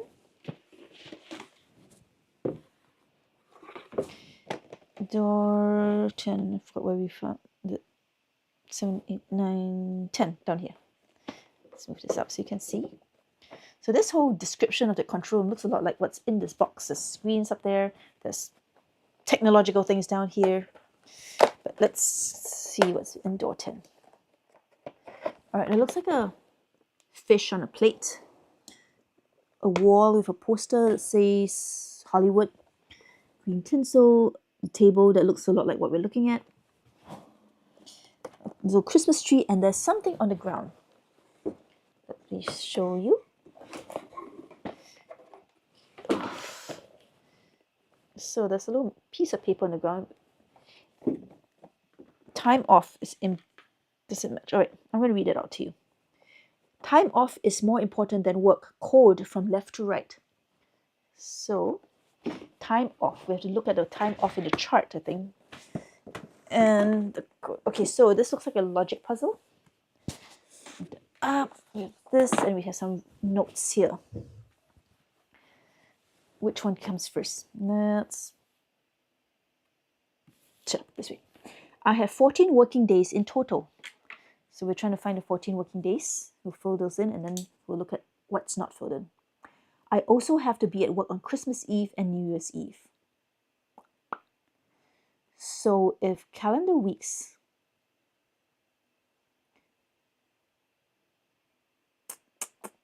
we don't know, I mean, this could be this year, which would tell me the Monday through Sunday, but let's not risk it. My only working Monday is on 19th December. So we know that, okay, is 19th the third week? I wish I had a real calendar. I have my phone here. Let's pull up the calendar. And if you look at the month, 19 is would be the third week. So to have at least 18 days before it, this would be 19th Monday. And then that will fit the rest of the month in. Okay? My only working Monday, so since that's a working day, now I want to color that in. I will put a big X over it. How about that? Okay? So we've solved this clue. And then, luckily, I'm free on 20th December. I'll put a 0 in there. So that clue has been used. So I have to be at work at Christmas Eve and New Year's Eve. So Christmas Eve is 24. 19, 20, 21, 22, 23, 24. So have to be at work. So cross out. And New Year's Eve, 24, 25, 26, 27, 28, 29, 30, 31. So cross out here. All right. I have to work the last day of November. So let's fill in some dates here. 19 minus 7 is 12. Minus 7 is 5, 4, 3, 2, 1. So the last day of November would be this day. Okay. This card is complete. Week 52 finishes on 1st of January. That's correct. I'm on duty in week 48 on the same days as in week 50 and week 52. All right, let's hold that off to the last. And in total, I have only 5 weekend shifts. So we have 2 so far, so we need to add 3 more. In week 49 and week 51, I am on duty for 4 days. Each? In total? All right, now we're going to start using a little more complex logic. I'm working 2 Thursdays in December. So none of those are filled in. All right, let's go 48, 50, and 52 match. So what we can do so far is 52 has the Saturday working, so we can fill in the Saturday on both these 2 weeks. And Wednesday is here, so we can fill in the Wednesday for this and this. So just to keep track, we have 1, 2, 3, 4, 5, 6, 7, 8 working days so far. And she has a total of 14. So in total, I only have 5 weekend shifts. So we have 4 already. So there's 1 more that goes in here. So which means not any of the Sundays, because if we add any of these Sundays, there have to be 3 of them. So I'll just sort of put a big circle around them. It's very confusing. I need more pens. Which means her last working shift was either one of these 3 open days. I'm working 2 Thursdays in December. I still can't figure that out. In week 49 and week 51, I'm on duty for 4 days. We have 2 already. Don't know that. All right, what else are we missing? We have November in.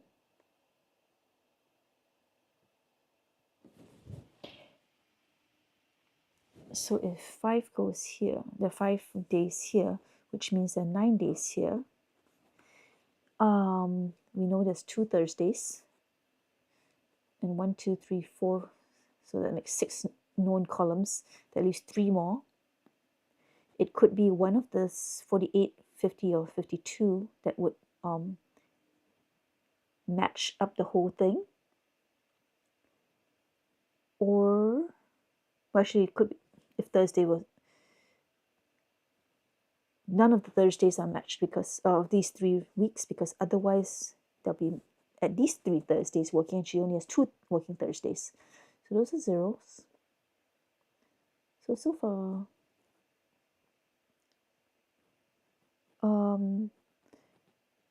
so week 4 and week 51, I'm on duty for 4 days. I think that's probably for a total. 1, 2. Is it a total?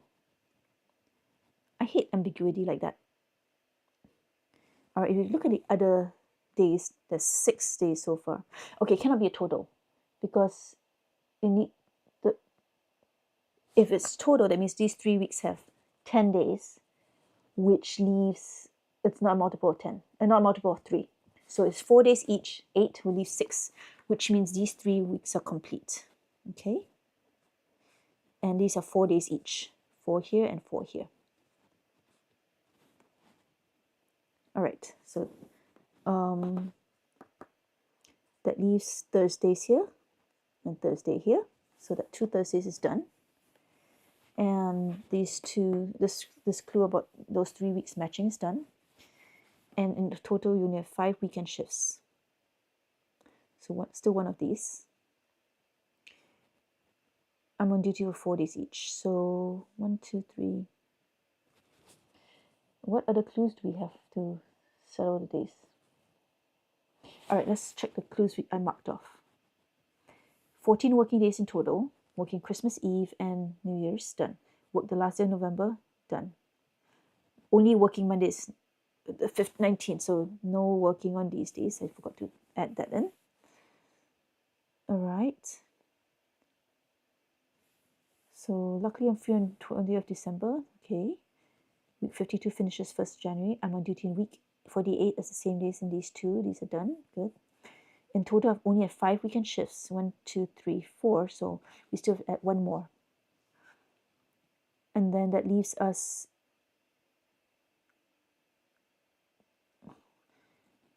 for the 8. We have 1, 2, 3, 4, 5. 3 more to throw in. 3 in here and 1 in here.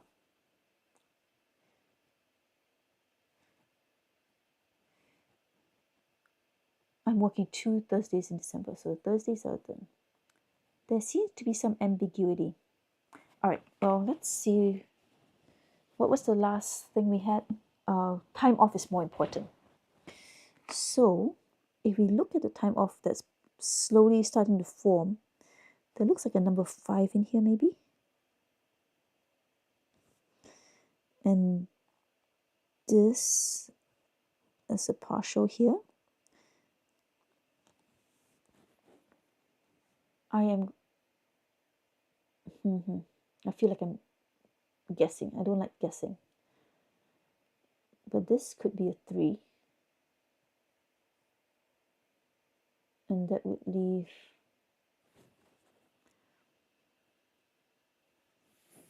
Am I missing a clue somewhere?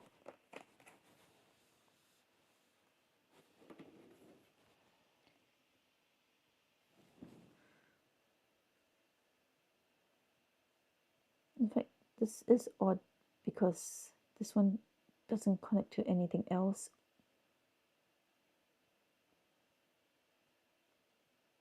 What would it become?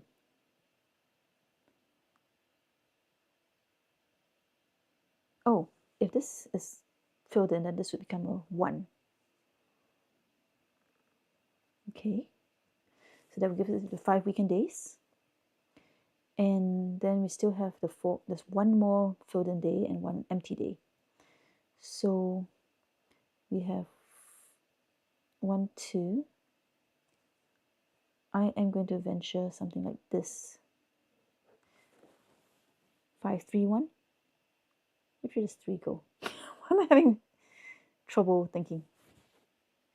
3 goes the other way, so maybe it's down this way. So that will leave 1, 2, 3, 4. 1, 2, 3, 4. And maybe that'll be 5, 3, 1.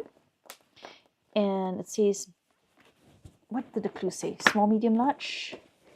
Let's double check. It says from left to right. Okay, let's open this box. From left to right was 5, 3, 1. Here's the decoder table. 5, 3, 1. And day 10 was here. So down, up, left, down gives us diamond, circle, star. And we had to fudge it a little, but that was day 11. So, all right. Thank you very much for joining me. I hope this was interesting. The original audio for this day was lost, so I'm re-recording replacement audio.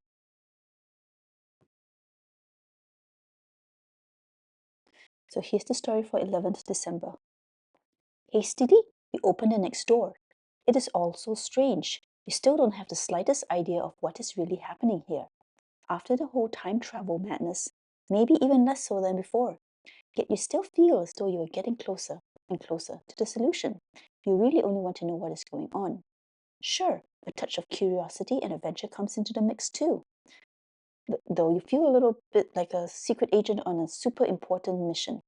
That fits perfectly with the next film, which you recognize as soon as you walk on set. Steel walls, glaring lamps on the ceiling, and an almost clinically minimalist setting. Well, except for the huge insectoid monster that occupies most of the room. There's no question where this futuristic doomsday scenario belongs. The case for the men in black.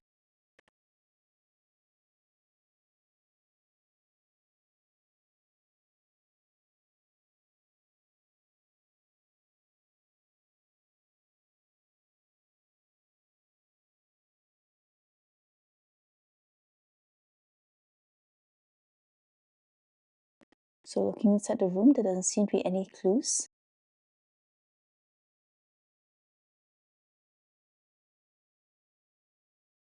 And looking at what came out of the room, we have a card and a pair of glasses.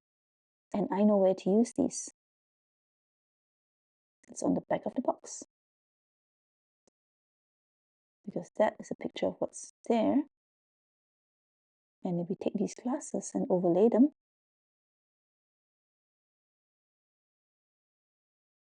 we see a word. Turn it upside down. It says, read it. And there's an arrow right there. It's pointing to the white text on the box. So when you pull out the box and read it, it says, Designers Inca and Marcus Brand, Exit Concept Cosmos, Ralph Queerforth, Sandra Dockerman, but there's a 7 in the name. Editing Christian Saxander, English language editing Nikki Thomas, Davies, Pamela Evans, illustration with a number 4, Thomas Hussing, cover illustration Martin Hoffman, story and Romney with a 3, and graphic design. So we have the numbers 7, 4, 3.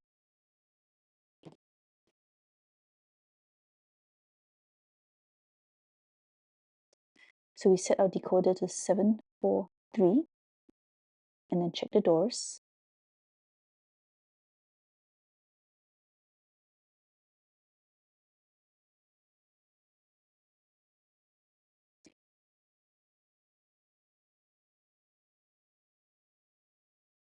And it looks like we got it correct. Saving the best for last as usual. Exit the game. And story time. Number 12. Right, simple short story here. The furnishings of the next film look shabby and run down. Tattered strips of wallpaper hang from the walls, and 2 battered red wingback chairs are placed in front of a huge fireplace. On the left, there is a narrow passage through the wall, but it is firmly closed. Between the 2 armchairs is an ancient television. As you look, it flickers briefly. Then, a bald man with oval dark glasses appears on the screen. He wears a long leather coat and starts talking to you straight away about dreams and reality and destiny. You have no idea what is going on here. This is your last chance, be warned, he says. Everything you have so far heard and experienced is pretty unbelievable. It will be only too understandable if you decided to take the blue pill. Then everything will be over.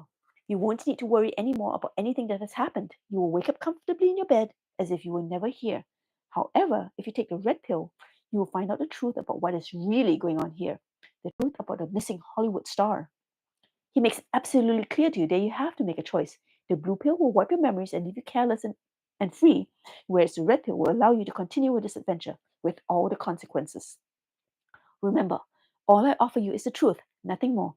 Make a decision now. You may only choose one pill, red or blue. After that, there's no turning back. Open the corresponding pill compartment. No matter how you decide, put aside the pill tray you did not choose, unseen. Only open the one you have chosen. Now open door 12. Behind you'll find 2 folded pill compartments. I don't think there's much of a choice here. I've seen the movie, Matrix. I really loved it. Where's number 12? Here we go. I think I'm going to have to choose a red pill. Oh, look at that. 2 little pill compartments for real. All right. Let's pull out the red pill. Red pill's the right one, right? Let me see.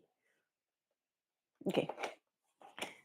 So behind that is the chair and the fireplace. So it doesn't look like there's anything else in the box. But here we have this. And a little red pill here. And some spaces. More numbers. That's a lot of looking at numbers today. If you fold this up, comes that. There's more on every side. Okay, let's see if there's any other clues on the box, because I feel like, sorry, sometimes don't look at the box closely enough and then read it. Nothing here that looks pill related. Okay. We have that, and we have this. If we open it this way, what are we looking for? We're looking for 3 numbers as always. Is there anything hidden in the green letters? These lines here look suspiciously like I should be folding something. What happens if I do that?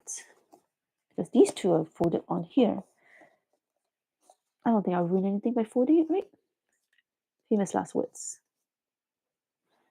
Let's see. Oof. Okay. And then if we fold that in like this,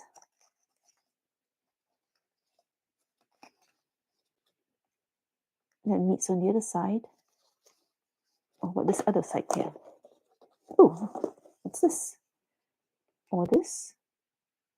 That looks like something. What am I looking at?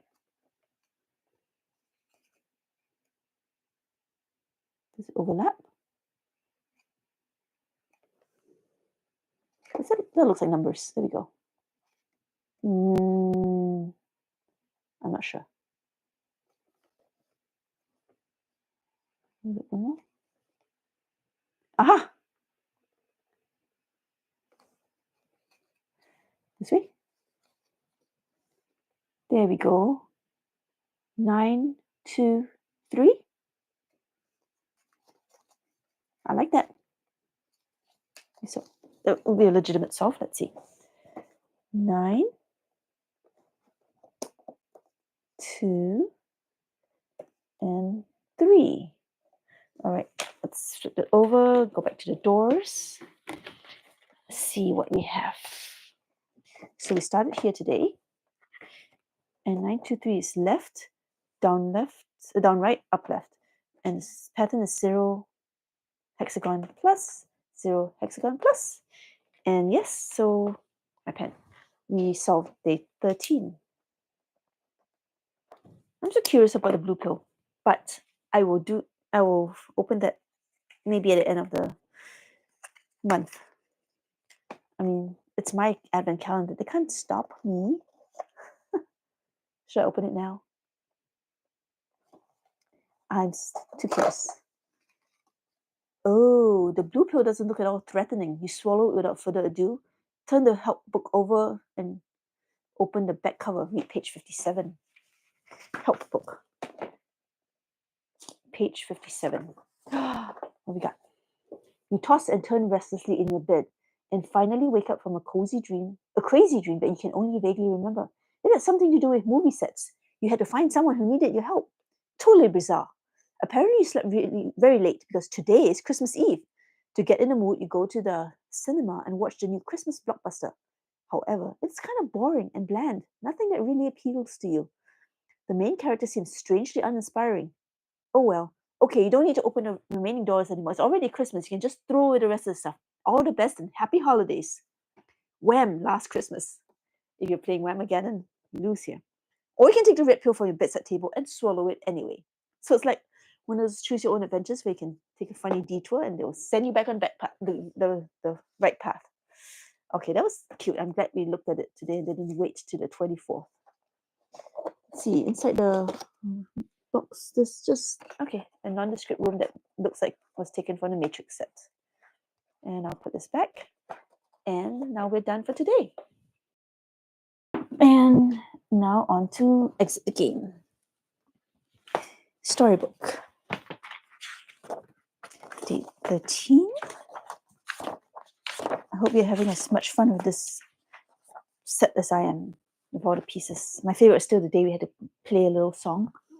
All right. After swallowing the red pill, you wait for a while, filled with trepidation, but nothing happens. No changes, no new knowledge. What a disappointment. Would the blue pill have been the better choice after all? What if the red pill has no effect at all? Suddenly, you're gripped by dizziness and the world sways with you. What? You hold on to the back of the chair shakily. You see long rows of green numbers dancing in front of your eyes. They light up briefly, then race faster and faster from the top to the bottom. Your stomach churns squeezily until all of a sudden the numbers blur, merge with each other, and form the outline of a 3-digit code. That's it. You quickly enter the code into the combination lock of the small passage, open the flap, and crawl into the next set. A wild green landscape awaits you. The air is humid and filled with the screeching and stomping of various primeval creatures. All around ferns, dinosaur eggs, trees, and grasses. A few bones and thick sticks lie scattered around. In the distance, you can see mountains, volcanoes, even a few dinosaurs. Hopefully, only fakes. But with all the craziness you've experienced here, you wouldn't bet your life on it.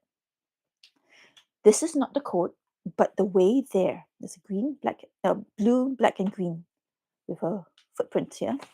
Nothing on the back. All right, let's see what we have in door 13. So Dana Russell asks, would you recommend the exit puzzles as a good first escape room clue to try? I'm not sure if they'll be good as a first one. They're a little bit challenging if you notice how they need some kind of willingness to think outside the box. As long as you're willing to take hints, I think they're well designed. But actually, a better one to start with would be the Unlocked series, UNLOCKED, exclamation mark. They have a ton of cute ones. They do require an app to play with. and read reviews because some are better than others. Like I think Squeak, the Sausage Factory one, was one of my first few that I played. It was really, really cute and I quite enjoyed it. The Star Wars pack was also fun. I think there was an Alice in Wonderland one that I enjoyed. There was a Desert Island one that I did not like. So varying quality, but that one's fairly accessible as well.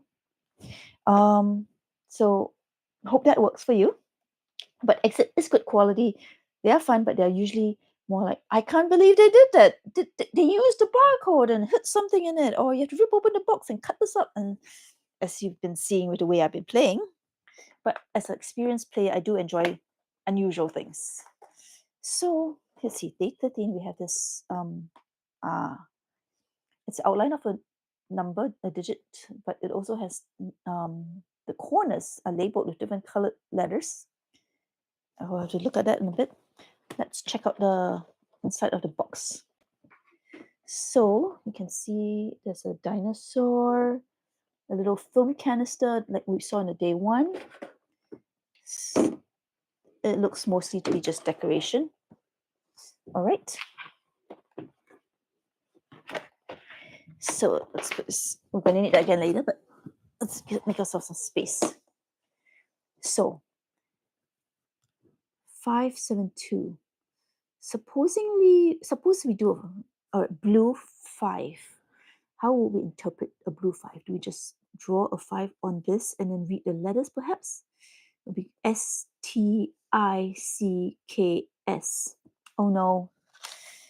I think this is telling us for the first number, we have to count sticks in the picture. All right, let's write this down first.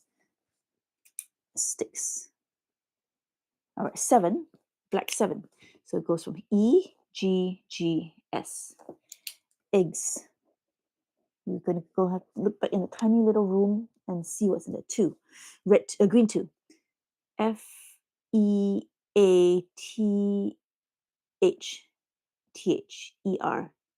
They're cheating and they're putting multiple letters at each corner. So feathers. Counting is not my strong suit. I sometimes miss details, but we got to do what we got to do. So it might be hard for me to show you the entire thing, but first we start with sticks.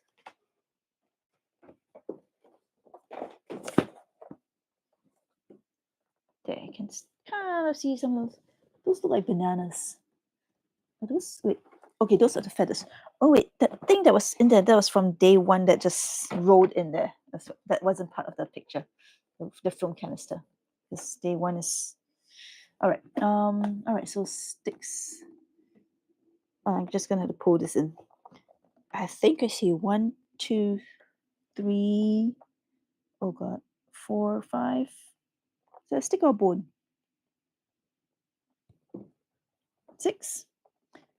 1, 2, 3, 4, 5, 6. Let's go 6 first for now. It's really hard to see. It's small and it's dim, so I can't really show it on camera. Eggs. All right, there's some eggs on the side there in the corner. I see 1. That's a daisy or lily in the water. 2. 1 in the back. 1 in the back corner there. It's really, really hard to see. 3, 4, 5, 6 again. 1, 2, 3, 4, 5, 6. Let's go with 6. If not, I'll get a hint. Feathers. Oh, I'm so sorry. Feathers. The pinky things. 1, 2, 3, 4, 5, 6, 7, 8. Maybe 8 feathers. Let's see. Okay, so that I think I have at least 6 sticks, at least 6 eggs, and at least 8 feathers. And starting over here, it goes up, up, right, Y triangle circle. Oh my gosh, I got it first try. That is very surprising, but that wasn't too complicated. And I should put the card back. So we're all set for tomorrow.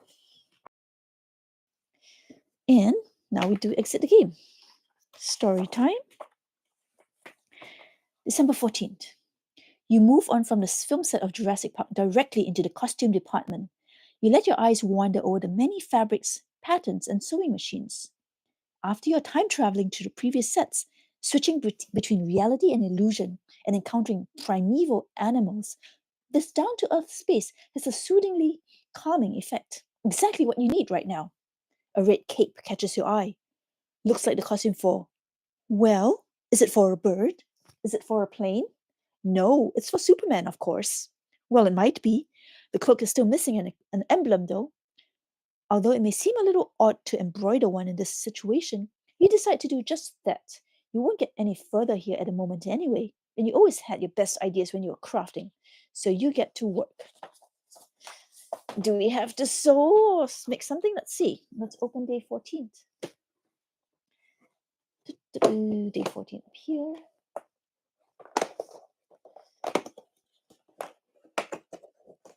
It's a card. It has numbers.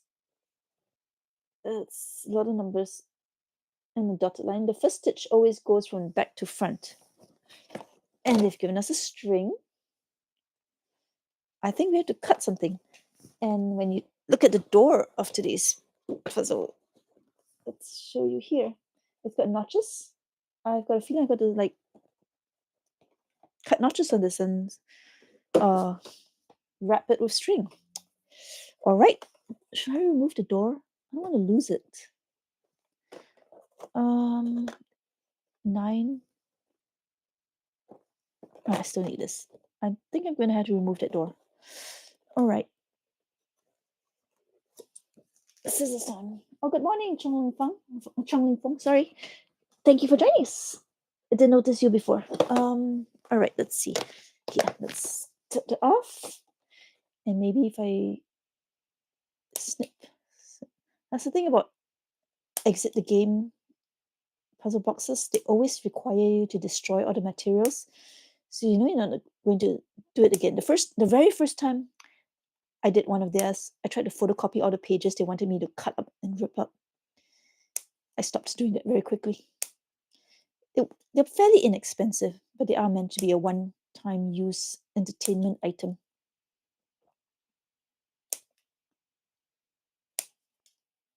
So snip, snip. Number 9 doesn't have a little notch in there. Oh, I'll make do. Okay. So we have that. And I assume A, B, C will be our 3 solution numbers that we're looking for. And let's get this shoelace out.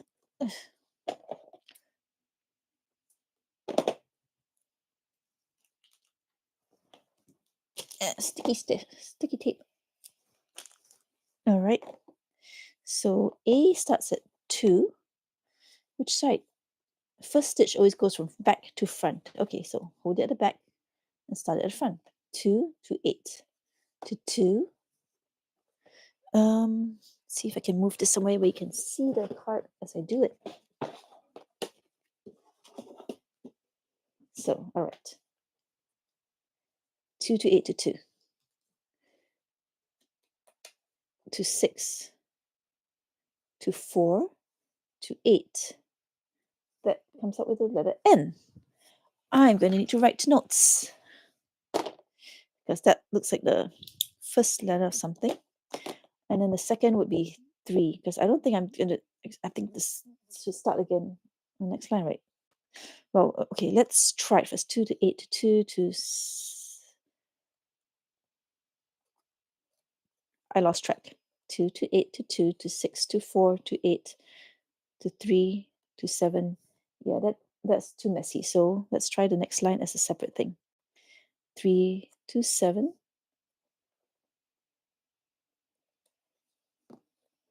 2 to 4.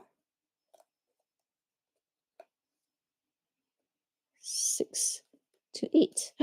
Look, makes a nice little letter I. So I. So the third row of A would be 2 to 6 and 8 to 6. Nil, N-I-L. So that would be a 0. Very clever. I was not expecting that. I was trying to figure out what they would be spelling. All right, so B, from 8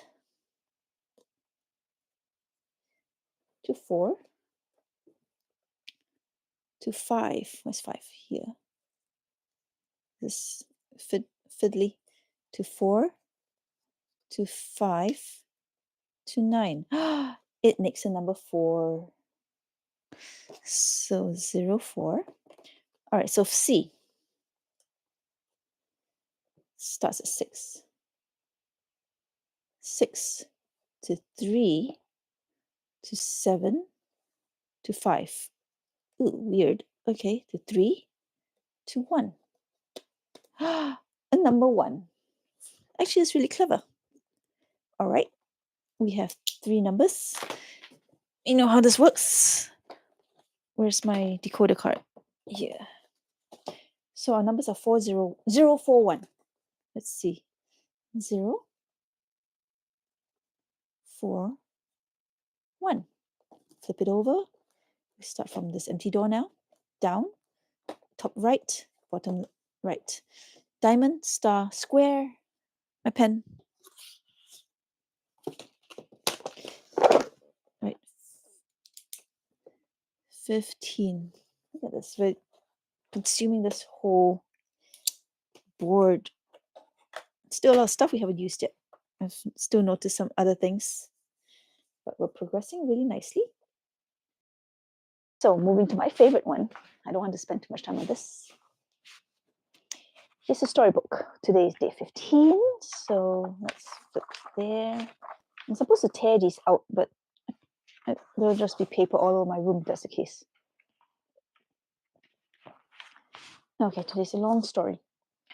You enter the next room and find yourself amidst a variety of spotlights and lamps. Large, medium, and small lights for hanging, panning, and dimming and spotlight casting. This must be the lighting department of the Warner Sisters Studios. Suddenly you flinch. Somehow you feel like there was a movement at the back of the hall. You narrow your eyes. Is that a person? Yes, indeed. A good distance from you, between some headlights, is a stooped, silver-haired woman. She is wearing an elegant pink scarf. She keeps staring at you. Could she be the kidnapping victim? Is she the star of the Christmas film? It must be. It seems the missing star is an elderly leading lady. Your heart is pounding in your throat as you cautiously approach her. Stop, she orders instantly. Not a step further, or Louis will kill me. Shocked, you pause where you stand. You want to ask her so many questions, but your throat is tight. The lady speaks quickly and urgently. I can't talk for long. The consequences will be unimaginable if it's discovered that I have contacted you. I just wanted to say, without you, all is lost. So please don't give up. Do not give up. She glances over her bony little shoulder as if afraid that someone could come through the door behind her at any point. Then she looks at you again. By the way, they locked one set completely. They want to confuse you. The door cannot be opened. You simply have to take the key from the jewelry box. But that is not relevant right now. Right now, it's all about bringing light into the darkness. Again, she looks over her shoulder. Another tip. Do you have a flashlight with you? You will need it at some point. Maybe soon. Wait a minute. I think I hear Louis. I have to get out of here. With a surprisingly quick movement, the old lady opens the door behind her, slips through, and closes it with one soft click. Only now do you wake up from your stupor. You rush after her, push the handle down, and rattle it with frustration. Locked. Eyes wide, you lean against the wall and gather your thoughts. It seems as though the leading lady is on the run from a man named Louis. But why did she run away again? Maybe this Louis is already hot on her heels, or worse, because she is under observation and only able to sneak away for a short time. So many unanswered questions, but pondering it doesn't help. If you want to ask her, you have to go after her. It has never been more urgent to find the next door code. All right, let's open door 15.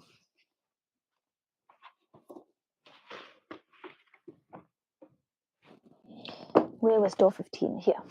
And she said we need a flashlight, probably soon. Let's look inside. Oh, there's things from previous days slipped through the back.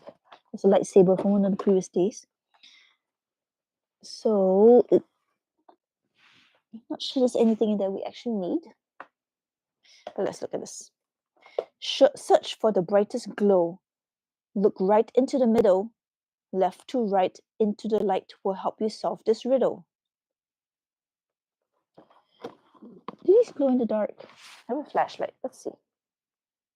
Well, it's on my phone. So, flashlight on. And searching in there. I don't actually see anything.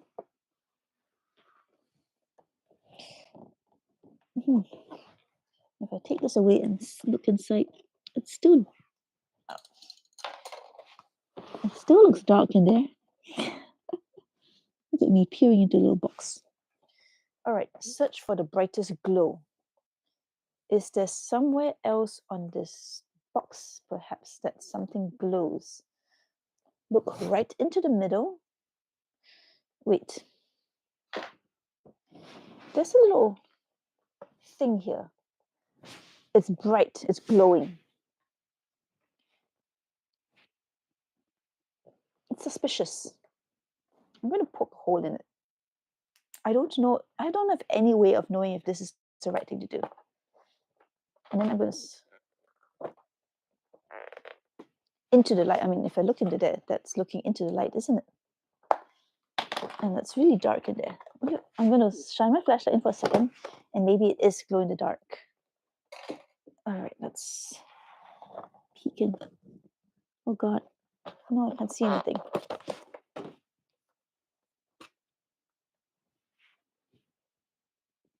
Oh, this is. Oh goodness gracious! Wait a minute. I think I spotted something. Oh, this is extremely challenging. Do I have to cheat and open this up bigger so that my eyes can see it? This thing doesn't want to fold, stay closed. Fold. There. It's yelling at inanimate objects always works. All right, shining a light in something shiny in there because the pictures, the paper surface is shiny. I feel like I need a laser pointer or something.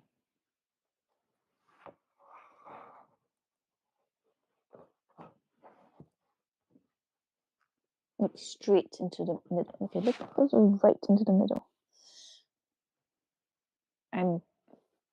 I just feel like I'm getting blinded.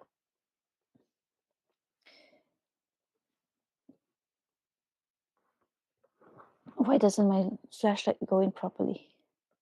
Maybe I need a different flashlight. One with a bigger. I'm going to come right back. Get one again.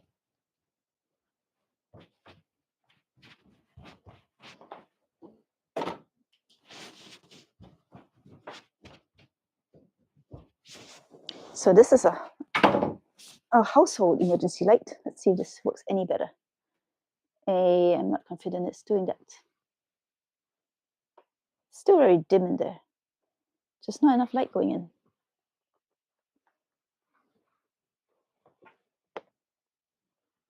All right. Maybe I need to wait. Okay. Oh, there's a very big light on the front here. Maybe that's something. Before I completely give up on that. Wait, if I shine a light through it, what happens? I'm very confused. I see a button. Oh, wait a minute. Okay.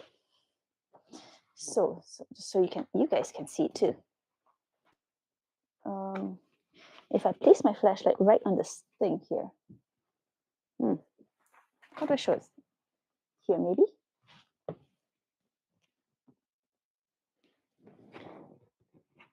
It looks like there's numbers in these things. I don't see anything, but I feel like I'm on the right track. Look right into the middle. Maybe that's like a 1. I don't know. Left to right into the light. What's into the light?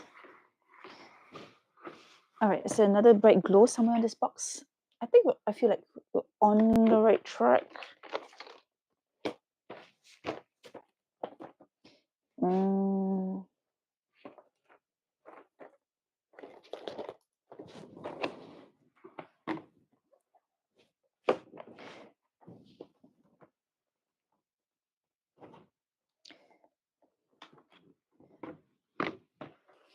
Okay, so search for the brightest glow. I feel like this is it. Look right into the middle. The highlighted words are into the light. Right, middle, left, right. There's some ambiguity in there.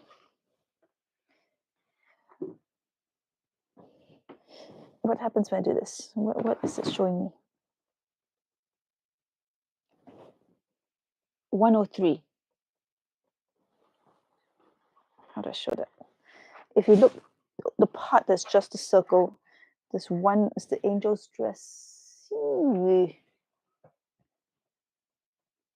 Camera. There. So it's a 1, and the button is O, and it's 3 is lit up. That's the best I've got. Am I looking at 3 backwards? I sometimes get confused. No, it's going to be the other way around at 301. I feel like that wants to be a 4. But all right. Let's give the first number a try. 301. At least, we tried. So from day 15, it's down, right, diagonal right. Nope, that's diagonal left. That's not the right answer. But all right, there's my card. It says, look right into the middle. All right, found the brightest glow. I gotta sneeze now. Look left to right into the light.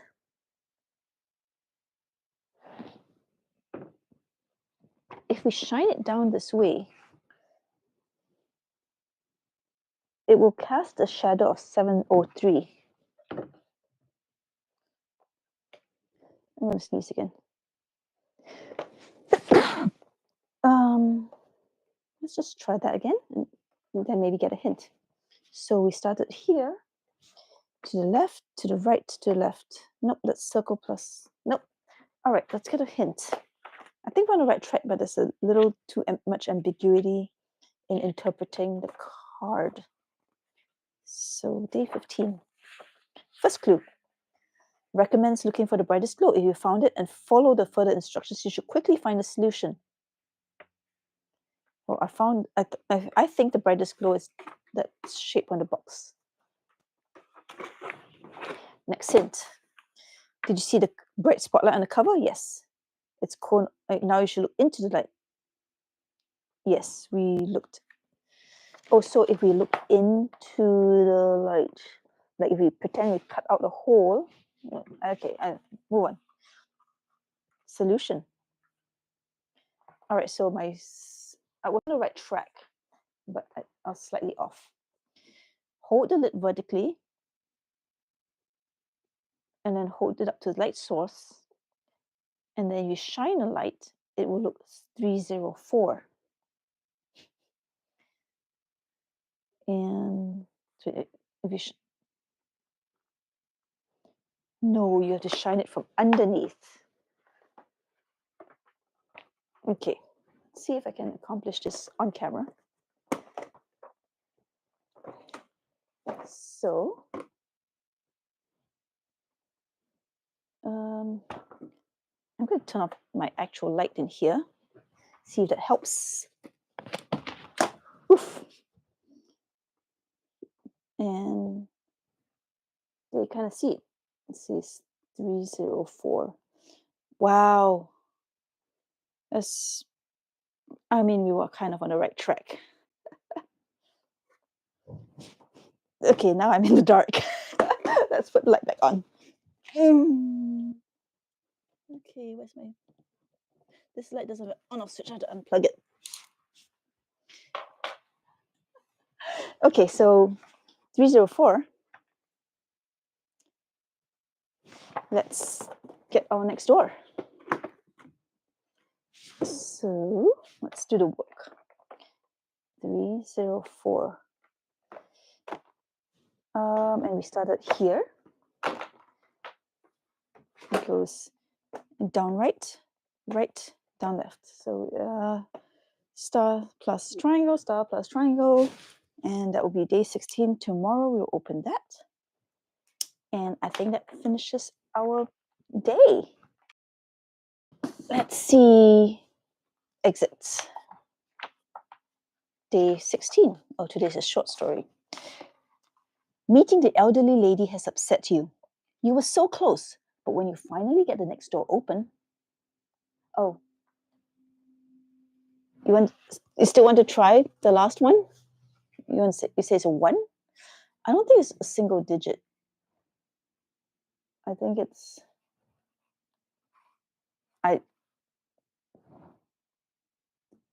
I don't really see anything in it. I'll have to see if anybody else on the internet has discussed it.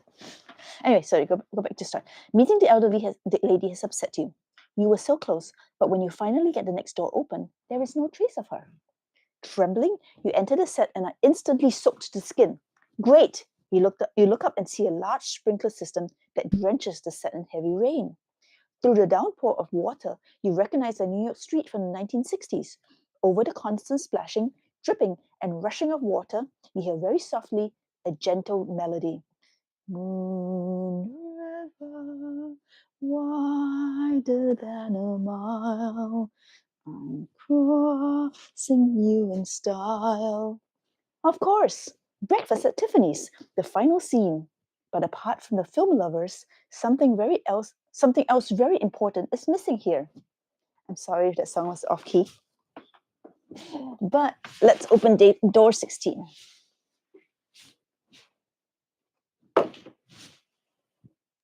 I'll go back to that after we finish this one.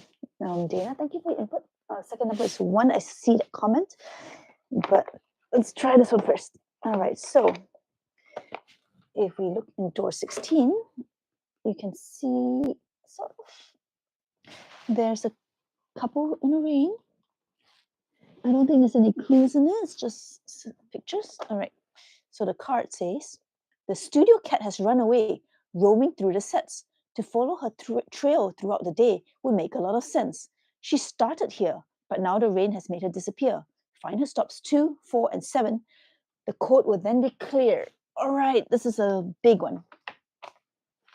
I have noticed a cat in some of the rooms. So, okay, look in here. Oh, let's see, right at the back, at the tire of the wheel, at the tire of the car. There's a little kitty sitting on the ground there. I know it's hard to focus. All right, the little orange blob at the bottom, that's a cat. So if she started here, does that mean we go backwards through the days?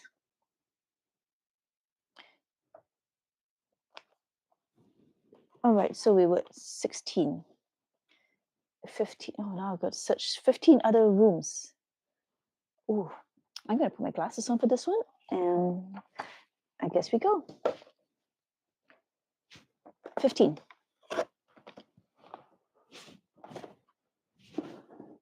There is no cat in here. There's no cats in America. 14. Where's 14? 14. Was this the one that we ripped the door off? Yeah, we did. All right, in here, costume room.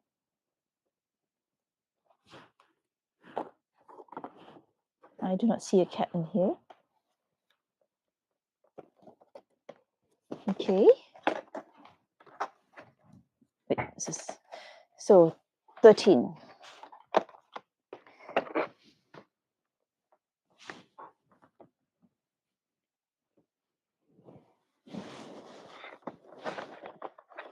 Nope, no cat. I think that's not a cat. 12. Sorry, I'll move this up so you can see. Oh yes, these things. I don't think that would have been a cat in here. You're not supposed to take those out. But for completeness sake, we'll check. Nope, no cat. 11. Where's 11? 11 here.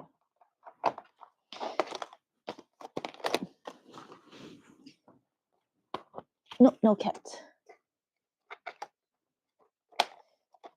10? Where's 10? Right there.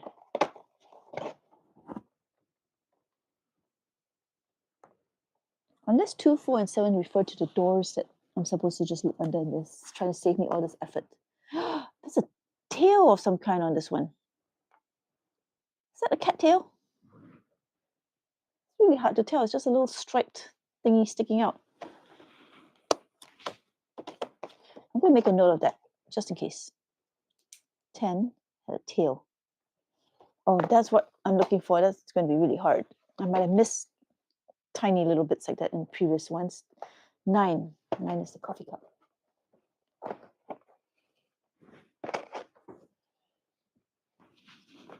No, no cat. 8. Maybe it is 2, 4, and 7. Oh, there's a big cat here. In room 8. You can see it sitting right there. So 8 has a cat. 7. Oh, so many pieces in here. Nope, this one's just a colored room that we played for Home Alone. 6. 6 here. Oh, yes, my favorite so far. Was it really day 6 so long ago now? Is that a cat? No, there's a cockatoo. Cat, found a cat. There's a cat under the piano in here. You can just sort of see a little lump. Cat in a cat bed. So that's day 6.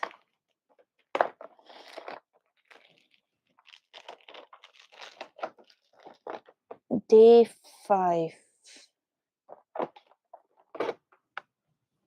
Oh, definitely a cat. In the corner. Right there. 5. 4. Ah, right on the door. Day 3. Let's see. It's a Ghostbusters room. Yeah, there's a cat sitting. Ooh, how do I? In there, down, sitting down there. So day 3 had a cat. Day 2. Right next door.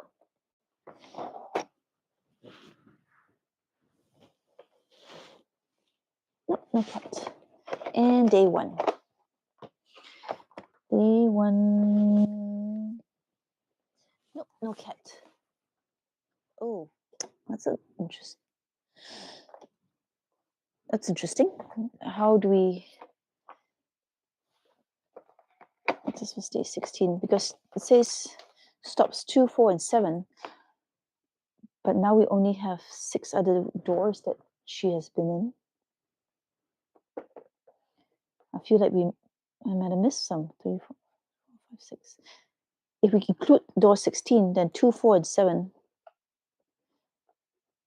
2 becomes 10, which we cannot use because we need to use single-digit numbers. So, did I miss a kitty somewhere? That becomes the question. Don't think I did. It's not that unless it didn't take that long. I'll go through them all again. I'll go through the ones that I thought there were no cat in. 2. Let's see. Here's the list.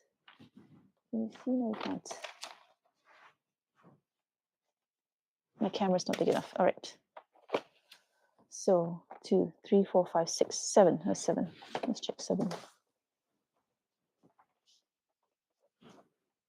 Oh, yeah. Oh yeah, no, there's no cat in here. There's no room for cats, just all colored panels. I think. Yeah.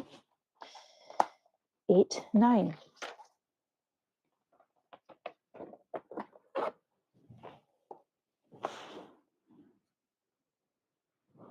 It's a car. It's a parking lot. There's no cat. All right. So where does it leave us?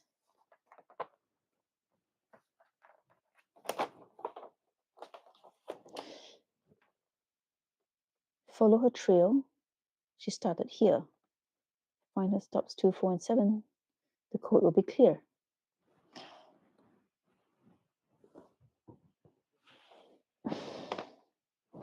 All right, where's my decoder table? If we just go with 0, 6, 3, doesn't make any sense at all. From 16 left, up, no, nope, that does not.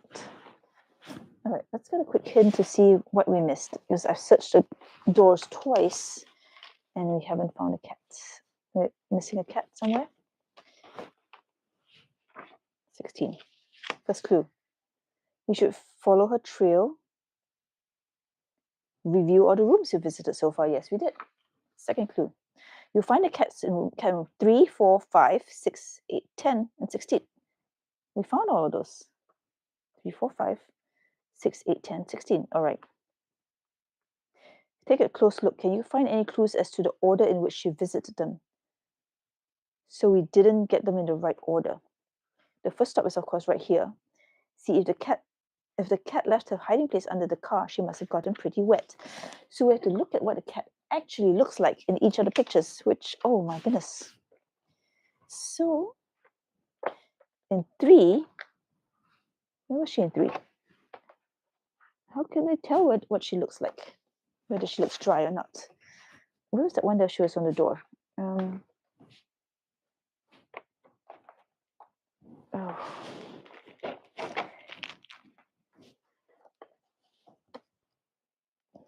In 6, she looks pretty happy sitting down in a basket. 5 or something. In 5,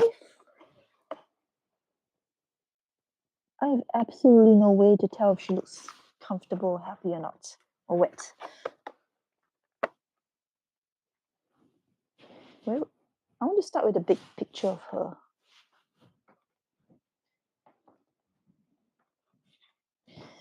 All right, she looks pretty miserable in that picture. But cats always have that expression. I am losing track of my doors. Not 7, 4. Here we go. Oh, she does look wet in here. She's got the water dripping all down. Oh, you can't see. There. So if she started at 16 and she went to 4, she's all wet. Now she's holding a ball of colored wool. Oh, this is going to be hard. So 1, 2, 3, 4, 5, 6, 7. I'm missing one more door. There. 8. All right. These are the places. Okay, so there's a fish here. All right, I'm starting to see some clues now. So in here, Slimer is dripping green slime all over her, which means she came here before she went to this room. So 3 is before 10. But there's a fish on the table, and in this one, number 5, she's actually holding a fish in her mouth. So the next place she went to is 5. She took the fish and left. So I'm going to close, but okay. So we still need to connect the ball of string. Oh, here in 6, she's got this fish skeleton on the floor next to her. So that's when she finished eating this fish.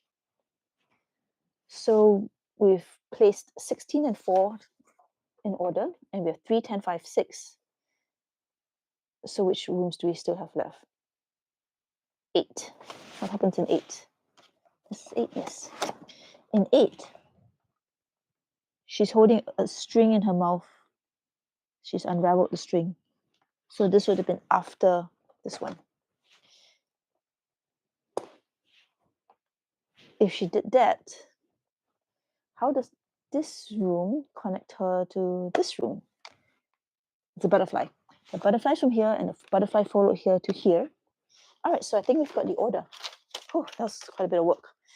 16, 4, 8, 3, 10, 5, 6. 6, 7. All right, so the 2nd, 4th, and 7 rooms will be those. And my decoder table, which would be doors number 3, 4, 3, 6. And flip it over from day 16, up right, up left, and up, which would be triangle, circle, moon. Whew, we got it. That was involved.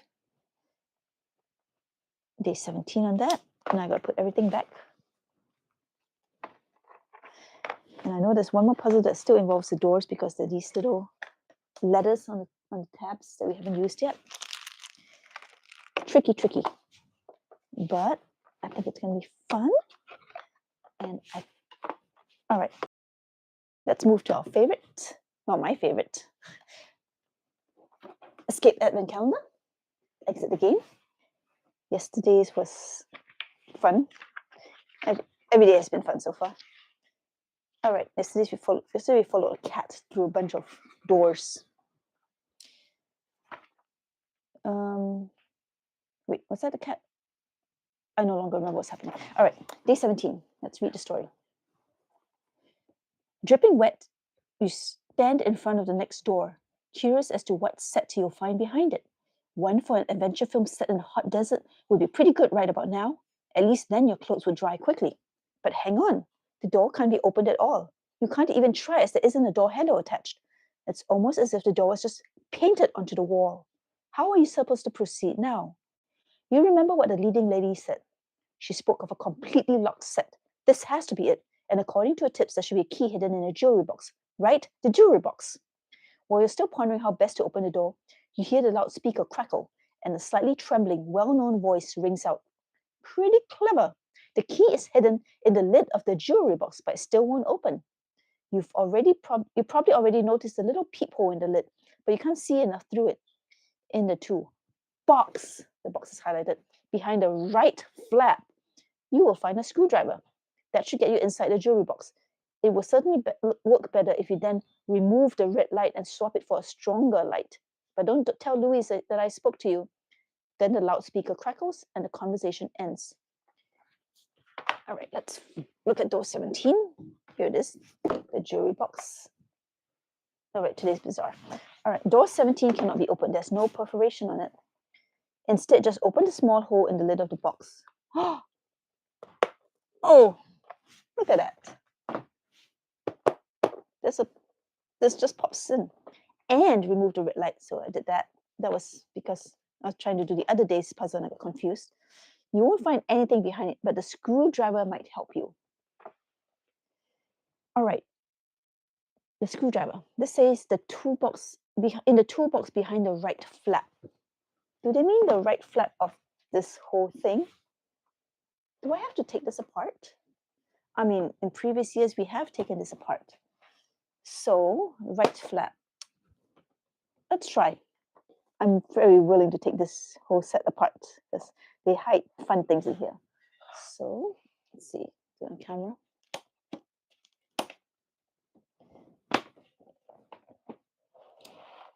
I can't see it this way. I'll do it this way. Let's see. Maybe there's something, maybe there's nothing. I'll find out. It says, look behind the cardboard for the screwdriver. Oh my goodness. Oh god, I gotta like rip it.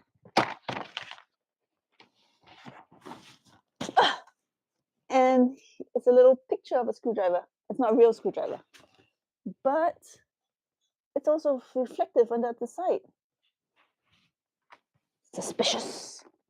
All right, my poor box. Let's fold this back so the whole thing doesn't fall apart. Okay, this goes back here.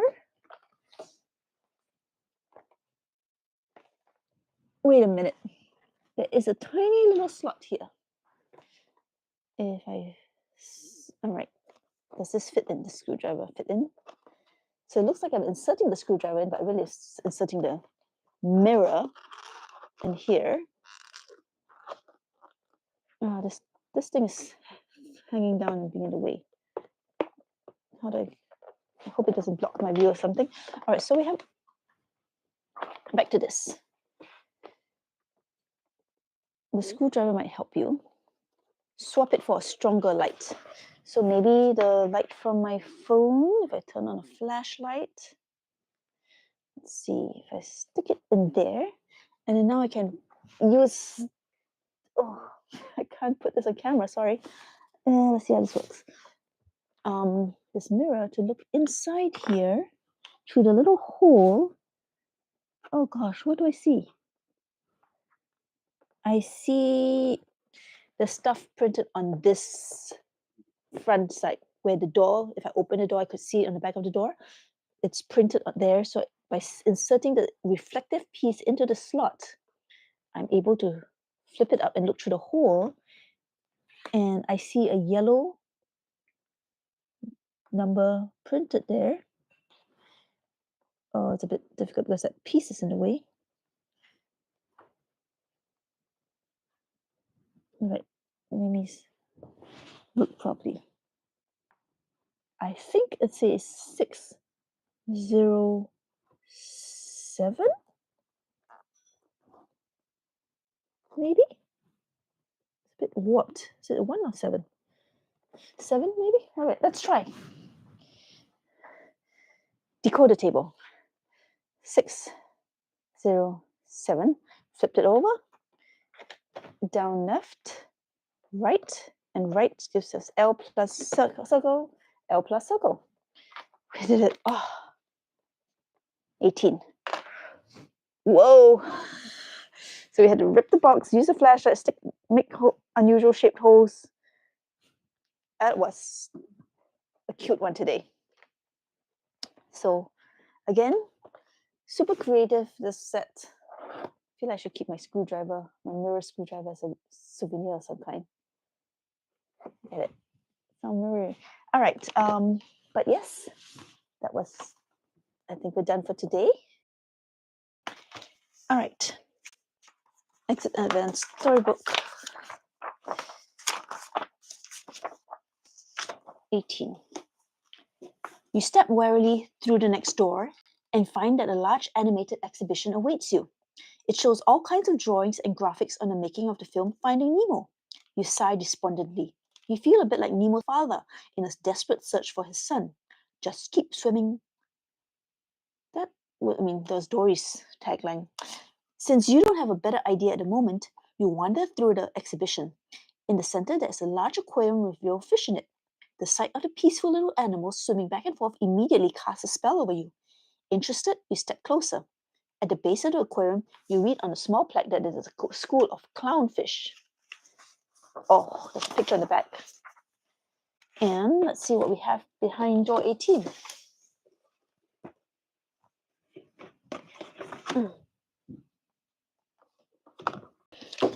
Door 18 is right here. Lots of things. And we look in there. Don't think I see anything that we need. Just a guess. All right, here's the aquarium. And what do we have? Oh, that's left over from a different door. All right, there's a note. Many people are drawn to a clownfish by the bright orange color that encircles their body. As a school, they look for food under coral and over rocks, swimming laps in the sparkling water. So the words that I highlighted are drawn, circles, look, over, laps. So draw circles and look for the overlaps. Okay. Here is a little punch out thing. And the center of it punches out in a fish shape. I just have to check something. I noticed on the back there's something that looks just like this shape. Here we go, right here. And this just matches up exactly. All right, it's a preview. It doesn't actually, maybe that doesn't actually get used. We use this one. Okay, so we have this. Oh, do I have to match this up and just draw circles everywhere? Well, there's a pencil on the picture right here. So I think that's the clue. All right. Art time.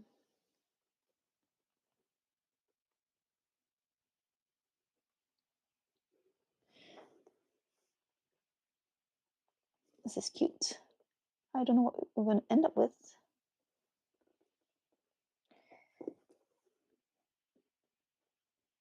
It's kind of crazy how they managed to encode a puzzle in this, and we really don't know what it's going to look like when we finish. But trust in the process. Trust in the process when just defacing the puzzle.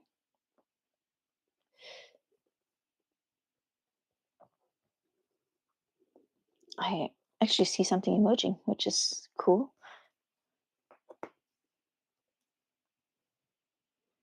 This is kind of a clever way of hiding things. I've not done a puzzle like this before.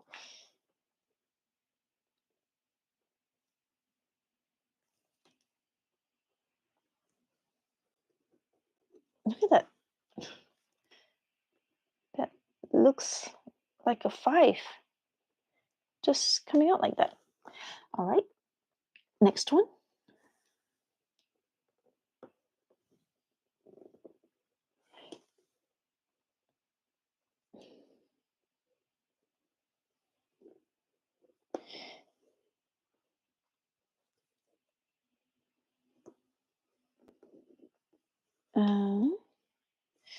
I still don't know what it's going to be.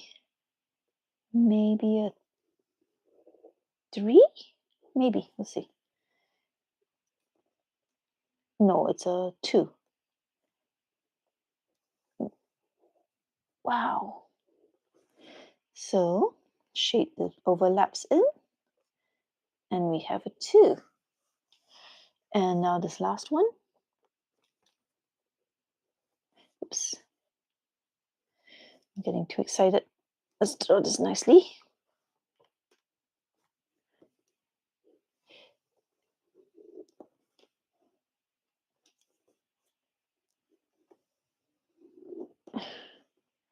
Two more. One more. And then let's see, what's this? Shade, shade, shade. Oh, this is a 3, I think. So you can see it carefully. Okay. 5, 2, 3. How clever. All right. I'm fairly confident. Let's check this. 5, 2, 3. All right. And day 18 was here. The map goes left, down, right, and down. Circle, hexagon, star. Yep. Sorry you couldn't see that, but this is 19 and we got it. This is cute. That is cute. All right, so let's put those back. I lost my little stencil. There it is. Okay, so fairly straightforward today. And that's it for day 18. So moving on to exit. Today is the 19th. Story time. A dusty dance hall awaits you behind the next door. The light is dim, and the room smells of sweat and wild party nights. A huge disco ball on the ceiling spins lazily, sending flashes of light whirling around the room. There are numerous life-size cardboard figures scattered across the dance floor that look like the silhouettes of dancers. On top of an old record player, you find a clipboard with stage directions. Or maybe better, a message disguised as stage directions, because you're pretty sure by now that the leading lady left them here for you. So we have that. And let's see what is behind door 19. Where is door 19? Down here. Ooh, it's a little transparency. I guess I have to cut it out again. And then inside, there's 10 shapes of dancers, silhouettes. You can kind of see it. And this instruction says, the 10 participants in the competition line up according to their starting numbers. Props, order half a red watermelon. I mean, these look a little like watermelon seeds, but I also think they look like dance steps. All right. The other thing I noticed is that besides having to cut them out, that this one has one little cutout here, 2, and 3. So it looks like each of these circles will give us a number for the final code. So if we look at the steps, I suppose that might correspond to the dances. Like some, let's see if I can move this over. Oh,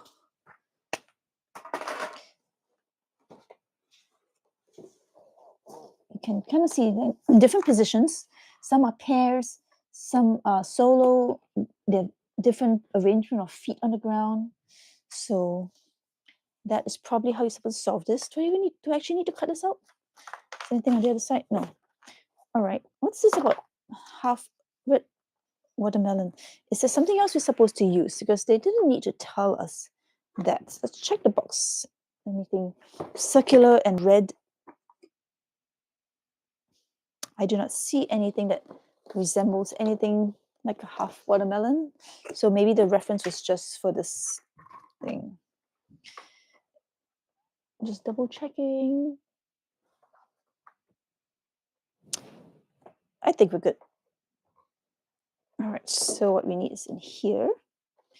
Oof, I wish there's a way to just pop this out and then look at it differently. All right, see if I can adjust this to there.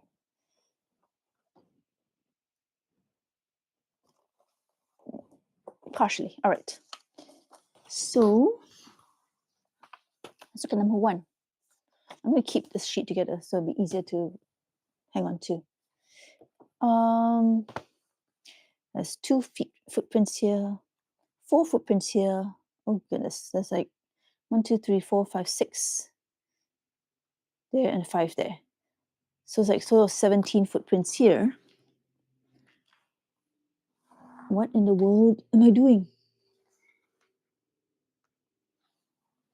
So are those high heel shoes with a heel and a ball? Are those 2 feet? That's my question. Does a 1 footprint leave 1 circle or 2? Because some of these look like when they're in line, maybe not. All right. I'm still looking. Like I feel like I've got all the pieces of a puzzle and not entirely certain on how to put them together.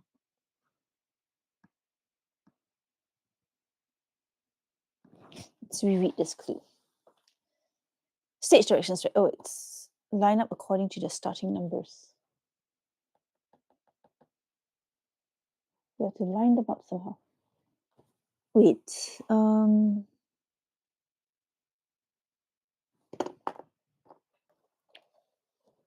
the top of the ceiling, there's a disco ball. I'm wondering if these dots might line up. Doesn't really look like they do. It's worth a try. I'm going to cut one out.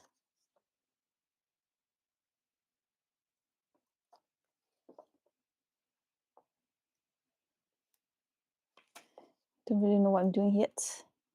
But maybe if I line it up over the disco ball, something might emerge. Okay, so you can see that there now, sort of. And if I insert that in there, no.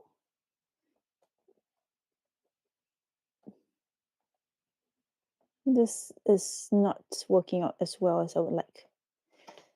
Okay, come back, please. I could continue to struggle with this, but that's no fun. Let's get one hint first. Let's see. And I feel like we got the first few things that they're going to hint us, and then we're just going to have to read the last one. First clue.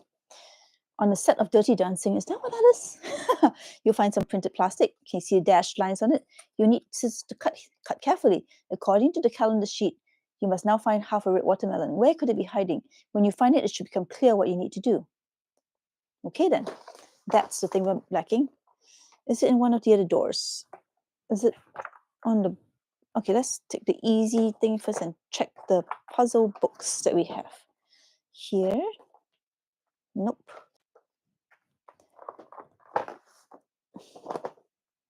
Did we see watermelon on any of the other days? I don't think so. Nope.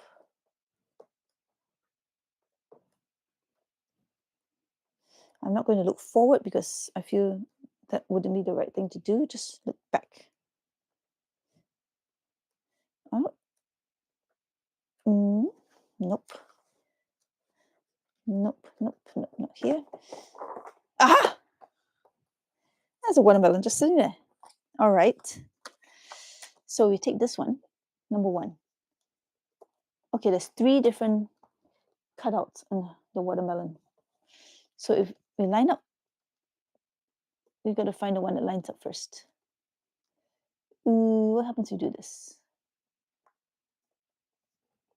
I'm starting to kind of see a number. Let's see. Let's keep going. Oh, look at that. Oh my goodness, it makes a shape of dancers. You can see that, right? Yes, it's on the camera. So it looks like a couple that are holding hands in a swing pose. Let's see. It kind of looks like... Move my camera. It's at a very awkward angle. It looks like... I still don't know which couple that would be.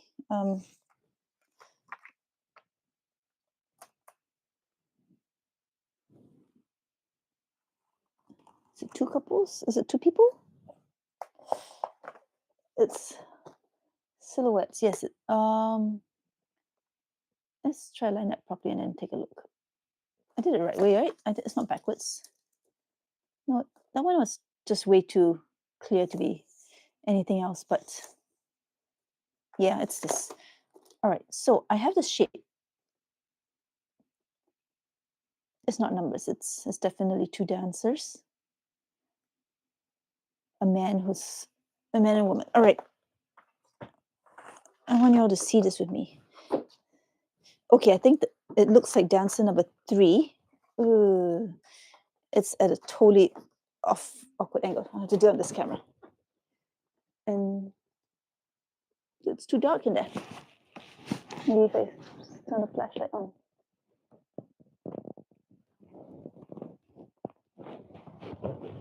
This is really awkward. But you can kind of see 1, 2, 3, the guy in the corner. Yeah, there. So that looks like the left dancer. Oh, now we've got to find the right dancer and then find her. So it was that woman with her... But okay, you get the idea. So the 3 was the left dancer, and the right dancer is the woman, or the other person with their arms splayed out.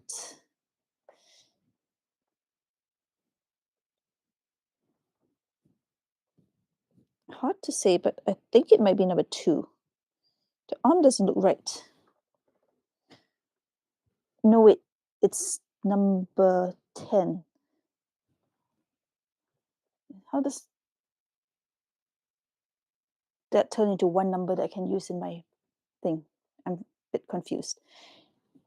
All right, let's move on to the second one and see from there. Let's line up this one. Oh, that doesn't... Interesting. Does it only line up one way? Here. Look at that. What is that? It looks like the Dirty Dancing people.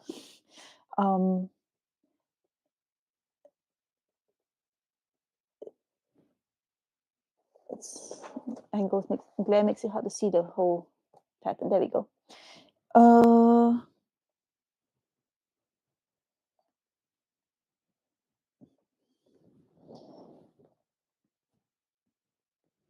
3.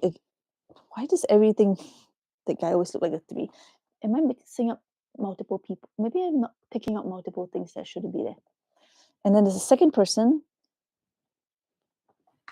I feel like I should take pictures of this.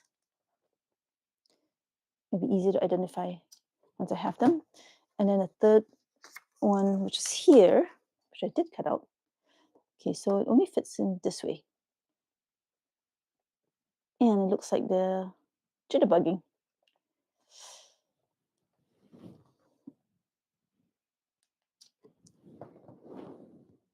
All right, I think I definitely need to have a closer examination. Wait, if I take a picture of this, and then you can see it more clearly. So, photos.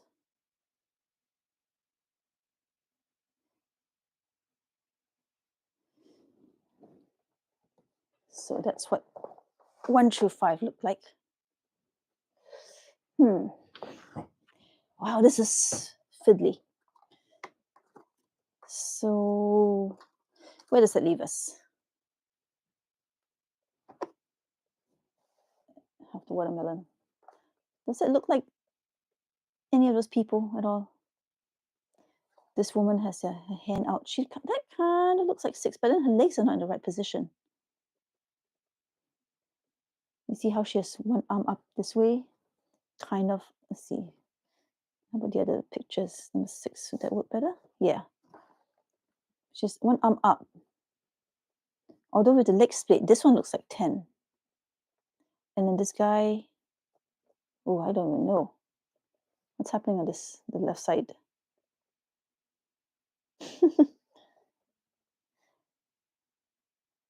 Maybe it's just this person, but if it's just this person, again, how does these fit in?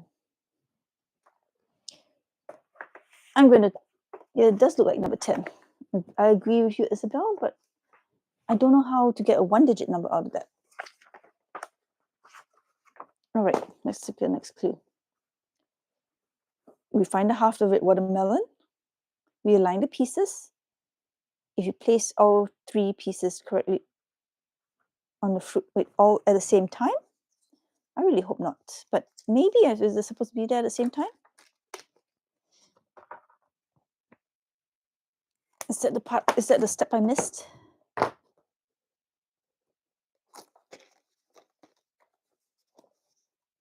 This is going to get very, very fiddly. Maybe that's what it is. That's why the pictures didn't quite look complete.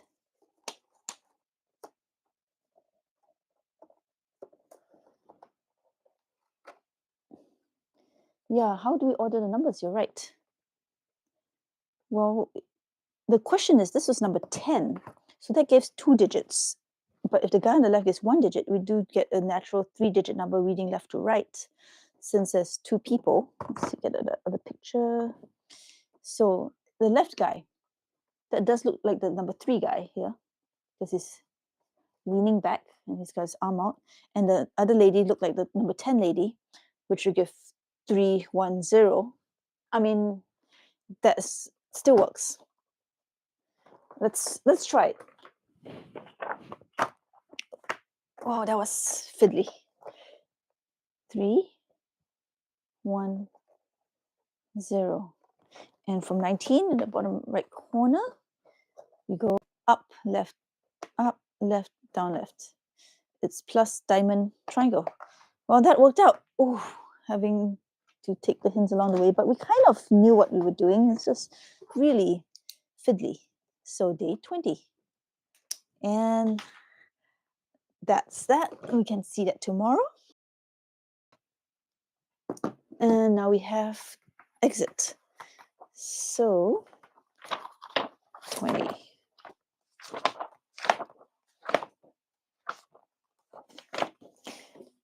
With a tune in your head, you open the next door. You're faced with another backdrop that immediately looks familiar. Despite the fact most of the room is taken up by an expansive green screen. The small rustic wooden bench is on a low paved pedestal. On a low paved pedestal. I'm sorry, I can't read today. It's so distinctive. A mannequin of a suited man seated on it sits on it. A suited man sits on it as if patiently waiting for a bus. Next to him on the floor is an old suitcase, and on his knees sits a box of chocolates. Somehow, the set smells like old sneakers. A light breeze touches your face, and you notice a little white feather dancing through the air, finally landing gracefully on the ground. Oh, now I'm going to have that theme stuck in my head all day. Forrest Gump. All right, day 20. Where is door 20? Here we go. I move this up so you can see. Oh, look at that green screen. And there's the man on the bench. Suitcase at the side. Nothing else inside. Okay. We have 2 cards. One with a box of chocolates. And one with these tabs. Oh, now we're going to use the tabs that I've been looking at every day. Follow the feather back to where its flight began. On the way, discover what was eaten by the man. So, we have an example here. This first example has a tab with 2 arrows pointing to the right, which means you jump 2 to the right. So, okay, this box of chocolates, there's 15, 3 by 5, 1, 2, 3, 4, 5, 6 by 4. So that doesn't correspond to this. How do we figure out what was eaten? How do we use this box of chocolates?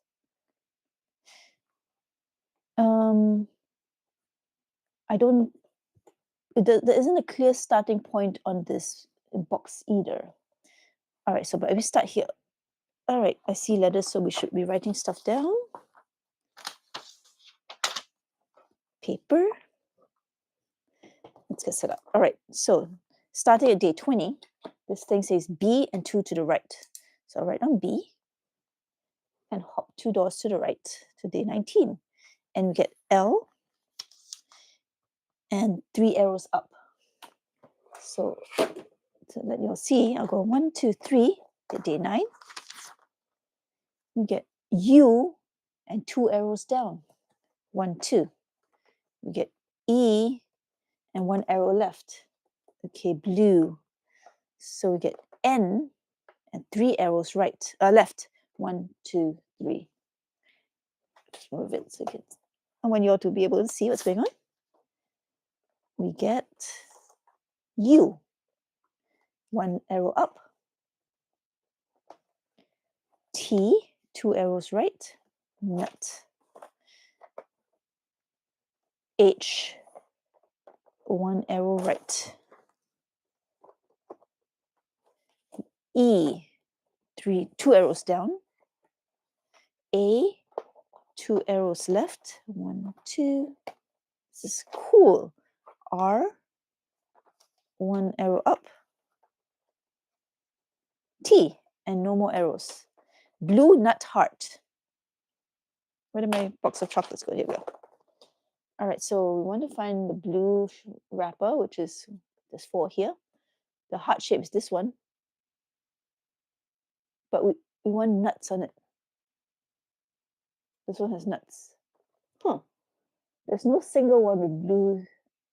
Do we eat all the blues? Wait. Maybe we count them. There's 4 blues. And nuts. How many with nuts? 1, 2, 3, 4. Is that it?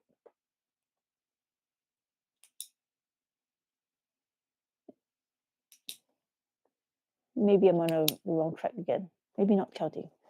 Because if I count hearts, I think there's 4 too. 1, 2, 3, 4. All right, so not that. Do they make a shape? Like hearts? No. Nuts are all over the place. So we've figured out the tabs. We got the message. We got 3 words. Blue nut heart. We need 3 numbers out of this because this. Unless we just take the first row and take the blue, take the second row and take the nut, and third row take the heart, which will be 2, 1, 4. I mean, worth a try. Let's just see how that gives us anything. 2, 1, 4.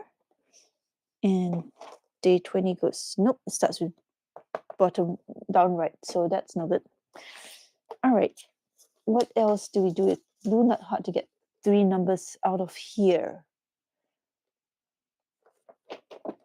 Again, as always, let's check the box to make sure we're not missing anything obvious.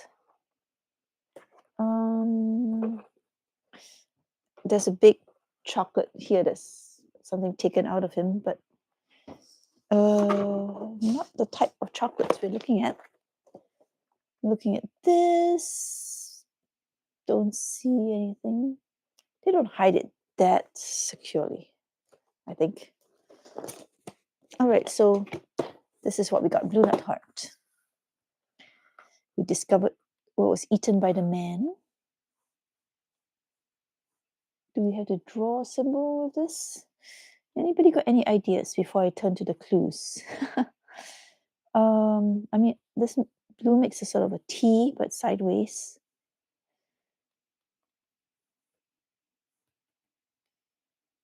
And the nuts. So we aren't adding them up. We aren't finding the overlaps. They're not indexed into the rows. Okay. I mean, we've got enough ahas, right? We deserve a small hint. We probably have to read all the way to the solution. All right, the first one shows a box of chocolates. You should follow, okay, we did follow the feather, and we got the semicircles. Second clue, the feather drifts around the room, and we got the double arrow, got the arrows. All right, solution. Still, okay. In order to solve the riddle, you have to pay attention to inside tabs. The result, blue nut heart. Now look at the box of chocolates. You will count 4 chocolates in. Did I just fail at counting? 4 chocolates in blue paper, 4 with a nut, and 5 heart-shaped chocolates. I really did fail at counting. I see 1, 2, 3, 4, 5 now. So at the very last step, apparently, I've known this. I'm quite bad at counting sometimes. So when I got 4, 4, 4, I dismissed it because that didn't seem like the answer. But I was on the right track right from the beginning, but I miscounted. And now we have our clue. Let's go back to the door.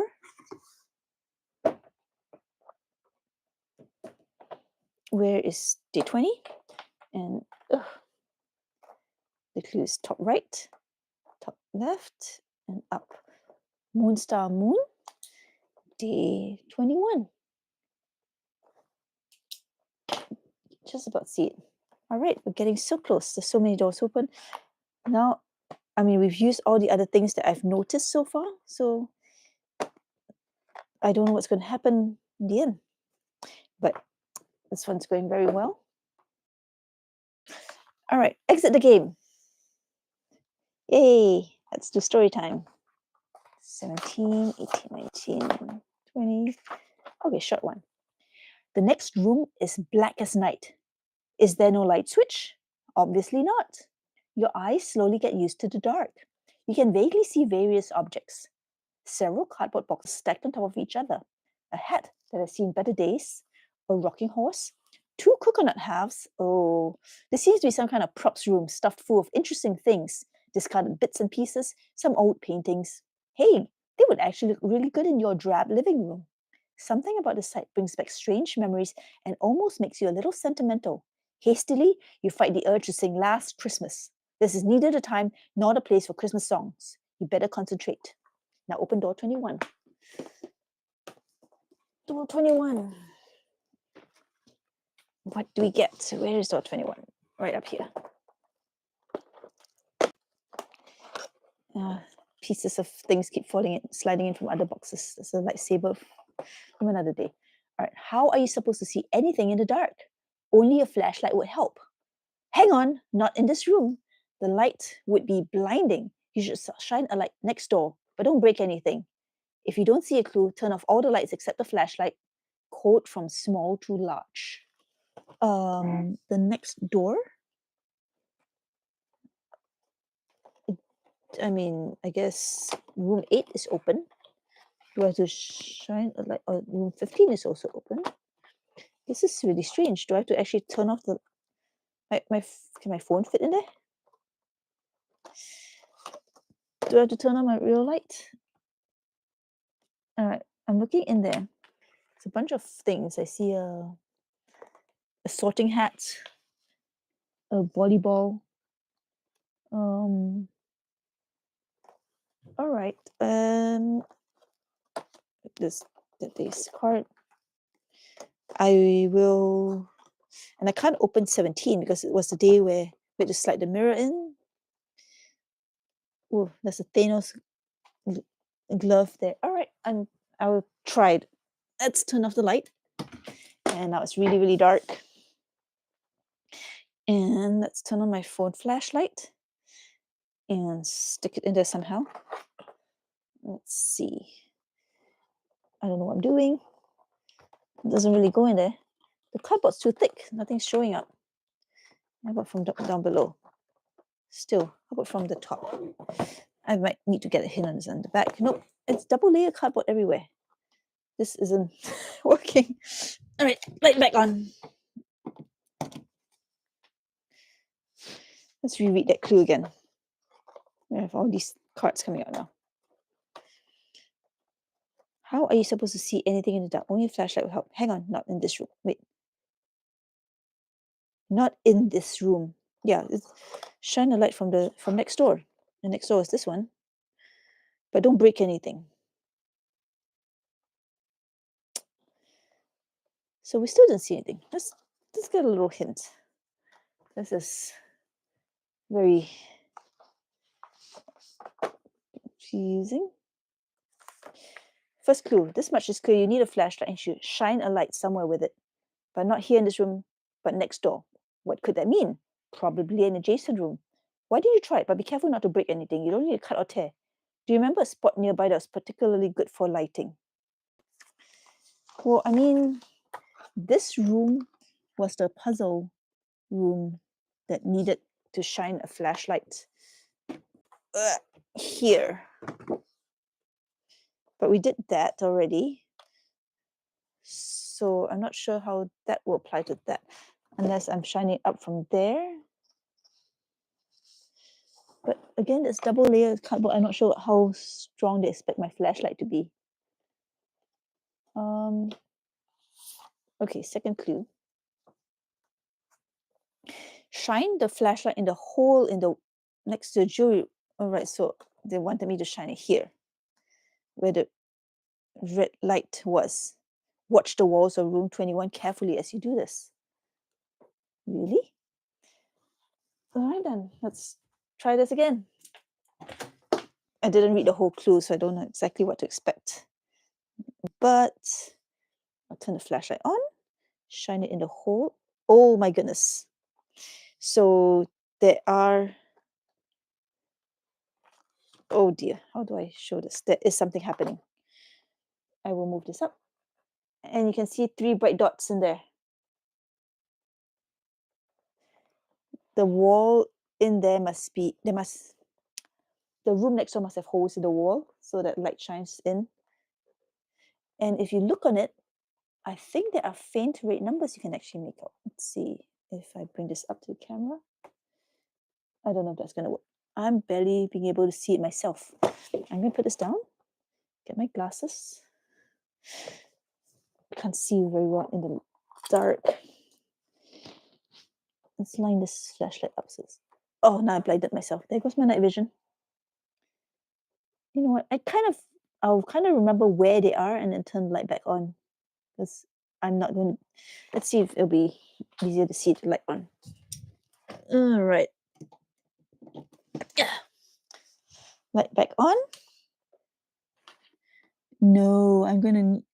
Well, Oh, wait. I got it. So there's a reproduction of a clapboard in there. I don't know what you call it, but there's a reproduction. This one up here. So the three numbers that are lit up are these. So I'm taking the numbers from here because in there, all you see are red X's that say scene, roll, and date. The other numbers you need, which means, and the card said from small to large. Wow. I tried shining it in these two places and I didn't shine it in the one place it was supposed to go. So small to large should be 357, which would mean 357. And we do that correctly. I'm pretty confident now. Down, like down, all the way across to the other side. And the code, let's see, is L moon triangle, L moon triangle, 22. 20, yeah, 22. Let's try that in.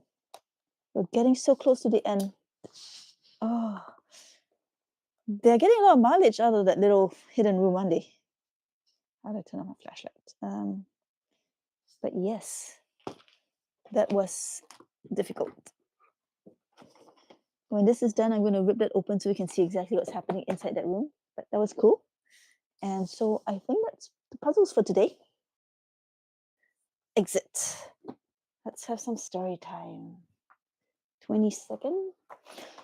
As you leave the dim props room, the brightness of the next room makes you shut your eyes. You blink and let your gaze glide over the wide landscape. You see green hills, fields, colorful flowers, trees, fences, and a bright yellow path winding through the middle of the set. An impressive hot air balloon floats elegantly in the distance. Hey Toto, I have a feeling we're not in Kansas anymore, you mumble under your breath, even though no dog can be seen on set. Not even a movie cat is sneaking around here. But you do get to meet the Tin Man from the movie, The Wizard of Oz. All right. I just saw Wicked not too long ago. So that was what I was thinking of when I was reading that. All right. Day 22 in the corner. Let's see if I can move this up so you can see. And we have the Tin Man. Oh, we've got to pop him out. Find the Tin Man. Okay, that's the stuff from previous days. And it's a picture of the Emerald City. Anything else useful in there? That looks like a... Nope, that's... All right. Find the Tin Man's funnel hat and then perhaps his screws. They must be found on something you wouldn't want to lose. When everything's positioned and in its rightful place, you find a quote quite easily by Tin Man's smiling face. Hang on.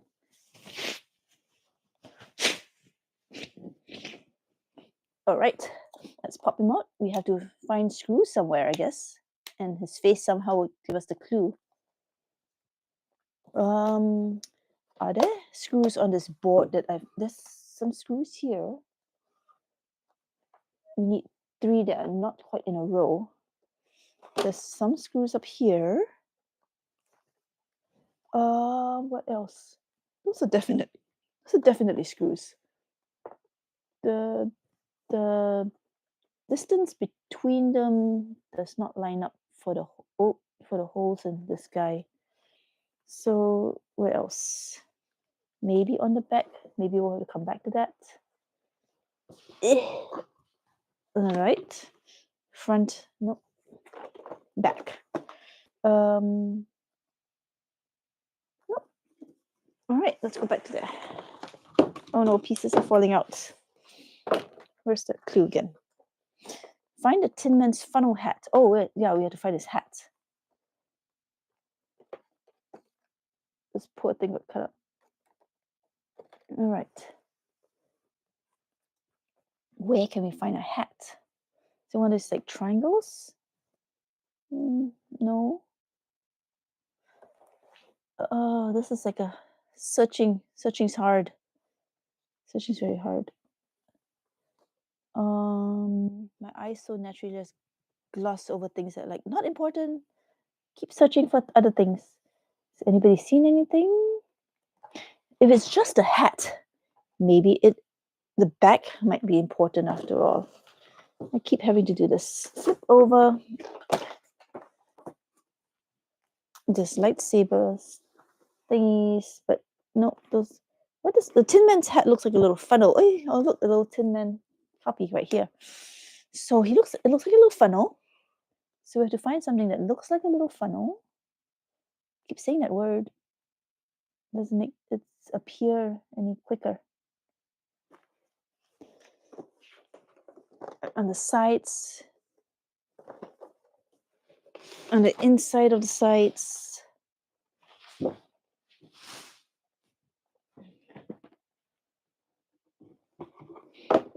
There's the half-eaten foil over here.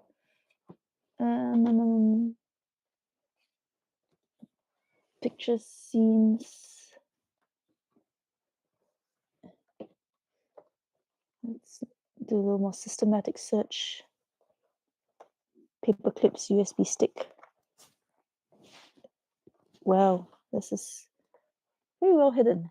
And they're going to point it out and be like, oh yes, that's been there the whole time. Scotch tape. Yeah, I really don't know. There's another screw here. Find the Tin Man's funnel head, then perhaps his screws. If this triangle thing, I don't like it. But if that's, they must be found on something you wouldn't want to lose. We haven't looked at the rest of the books either. What is something you wouldn't want to lose? I mean, I wouldn't want to lose this. Oh, it is there. Look, his hat is there. It's this little funnel hat. Oh my gosh. So you put his hat here. All right. And perhaps the screws. Where are his screws? The screws right here. The screws on the number thing. Oh, so we put his hat here. Maybe you use, and then you slide it to the screws show up inside. Oh my goodness. So clever and hard to find.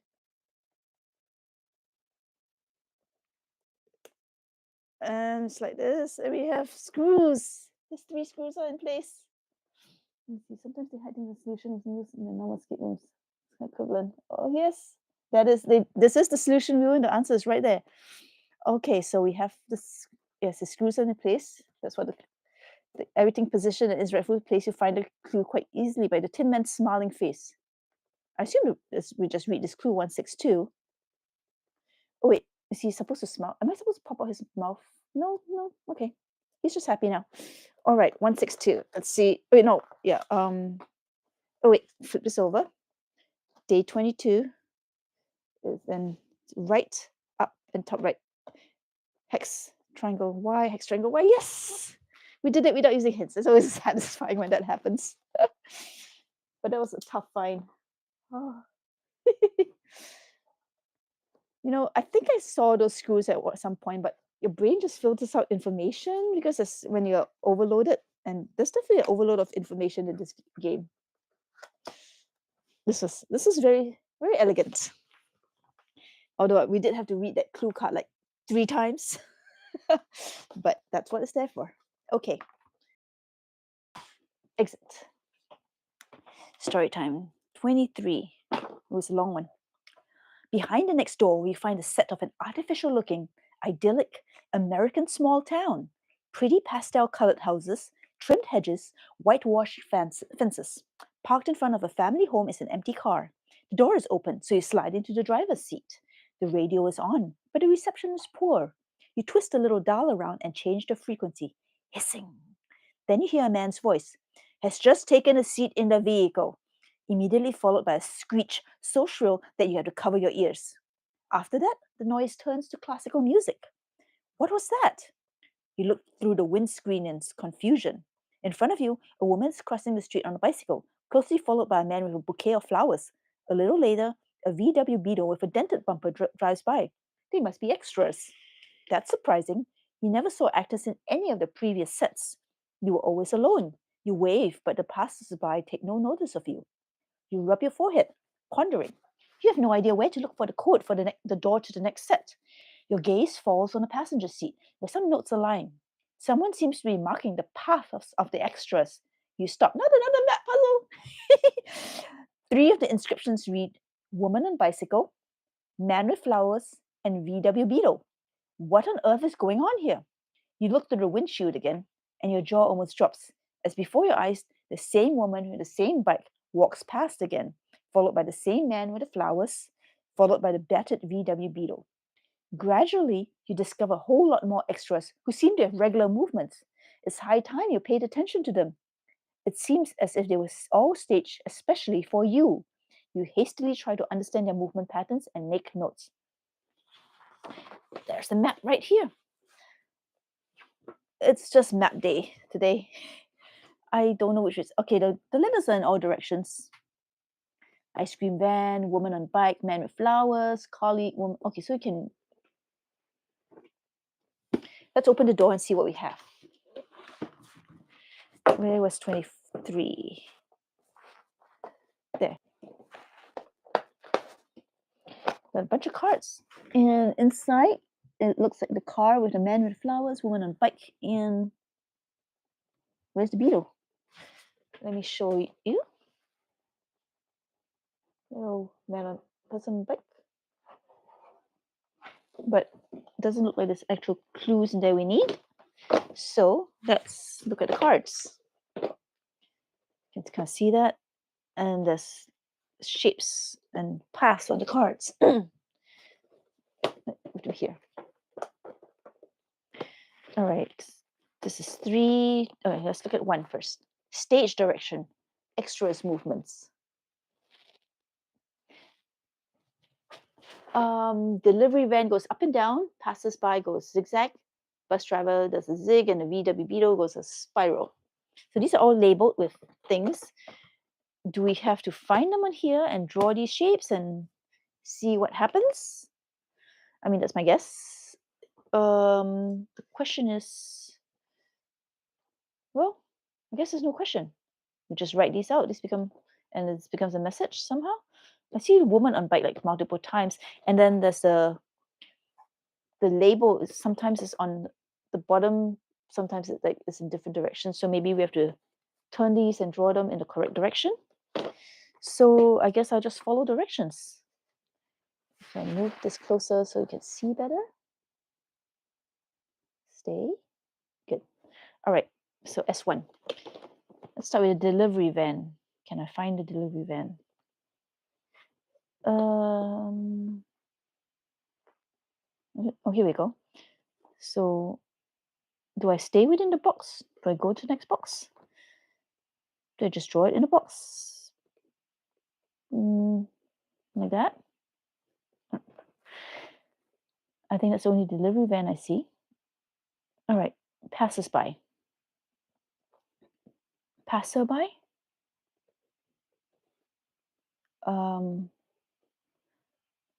Might be the only one as well.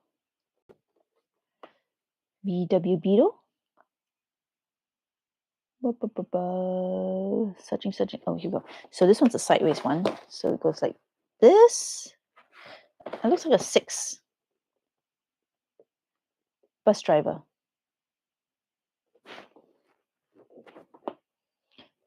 All right, so let's move this card off. Let's try the next card. That's 2. Ice cream van. We've got a little crescent here. All right, so ice cream van, there's some spinning involved. Let's do this one that goes like this, and then like this. So the only ice cream van I see. Oh, there's another one down here. Over here, ice cream van like this. Okay. I hope that is close enough to work. Neighbor. Neighbor does a 4 shape. Neighbor. No neighbor? Here we go. Colleague. That's a E shape. Oh, sideways, so it turns into an M. Is that the only one? There's another one here. And another one here. And don't get lost. Another one here. And I think that's it. There's a woman on a bike, which does this. I need another woman on bike. Feel free to chime in if you think you know what's happening. I'm not looking at the chat right now because I'm trying to draw. And now we have none. None goes this way.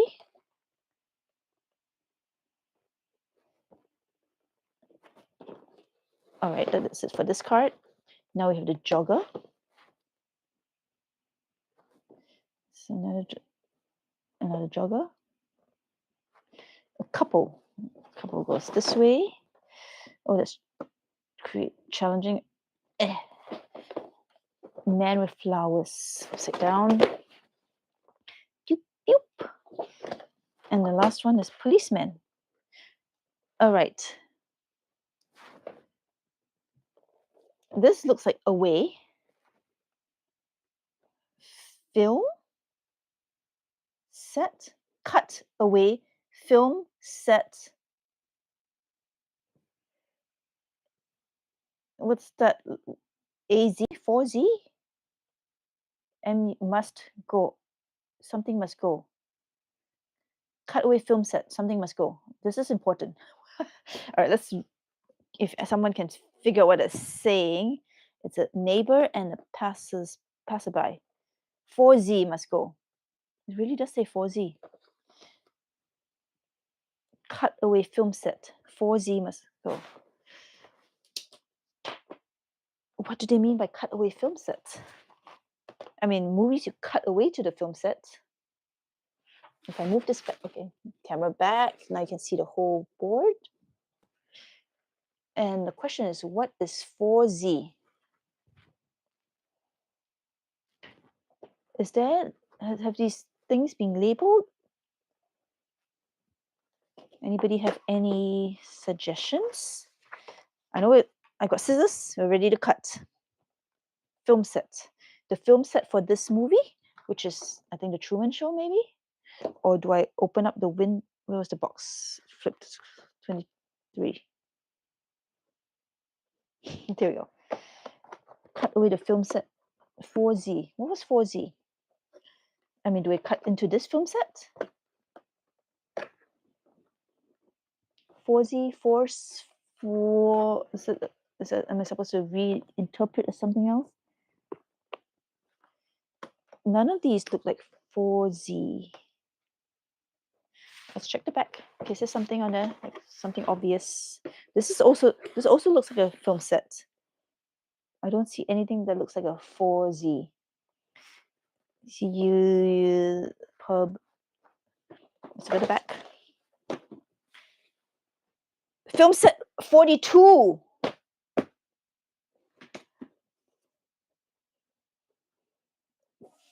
Film set 42 must go. Example room. Is this a room? Is this a secret room? Well, let's open it. I don't have my pen knife. I'm going to have to use the scissors in a very dangerous way. Kids, don't do this at home. Oh my goodness, what am I doing?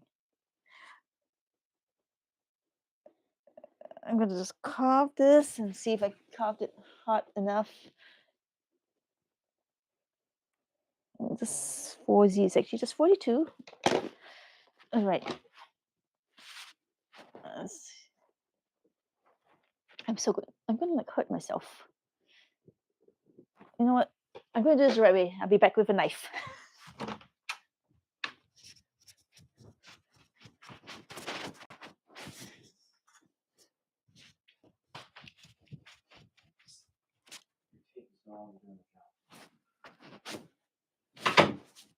Okay, the knife, let's cut into the secret room and see what we have.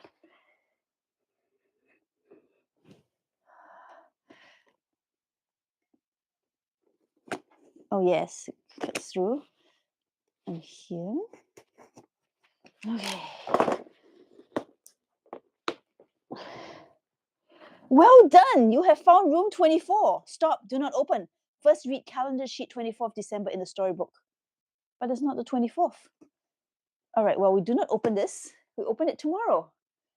But see what I mean about this brand? It just, secret room in the back. That was so cute. That's really cute. All right. And then look at that. That boat totally looks like the boat in Truman Show, how he escaped. So yeah. So after we read 24th December, tomorrow we'll figure out what we do with this. How is this a secret room? Like, what's on the other side of it? Oh, it's actually today's room. It's just really thin. I mean, it's not a whole room, so I wonder what's hidden behind there. Well, we'll find out tomorrow. That was lovely. Today was fun. And now we have the finale of Exit. First, we have to read the story for day 24. That's conclusion. Day 24, December 24th. In true Truman style, you break through the back wall of the set and find yourself in yet another dark corridor. At its end, you vaguely recognize a heavy red curtain. But before you can reach it, a man dressed in black with glasses and a beige beret emerges from the darkness towards you. Terrific! We've got everything in the can, he calls out to you. The scene turned out great. Excuse me? You ask, confused. Were you filming? He looks at you with amusement. Well, hello! Are you telling me you didn't notice all the micro cameras on the set ceilings? You're welcome to go back and take a look. And there's a little picture of something that little dot. Oh, they're going to make us search through the box again, aren't they? He smiles at you, pats you on the shoulder, and says, Fantastic achievement, really. You totally earned your award. But you have to find it yourself. That will be your last task for today, I promise. You stare at the man, perplexed. Don't worry, he says. As soon as you get back, we will explain everything to you. But first, get your award.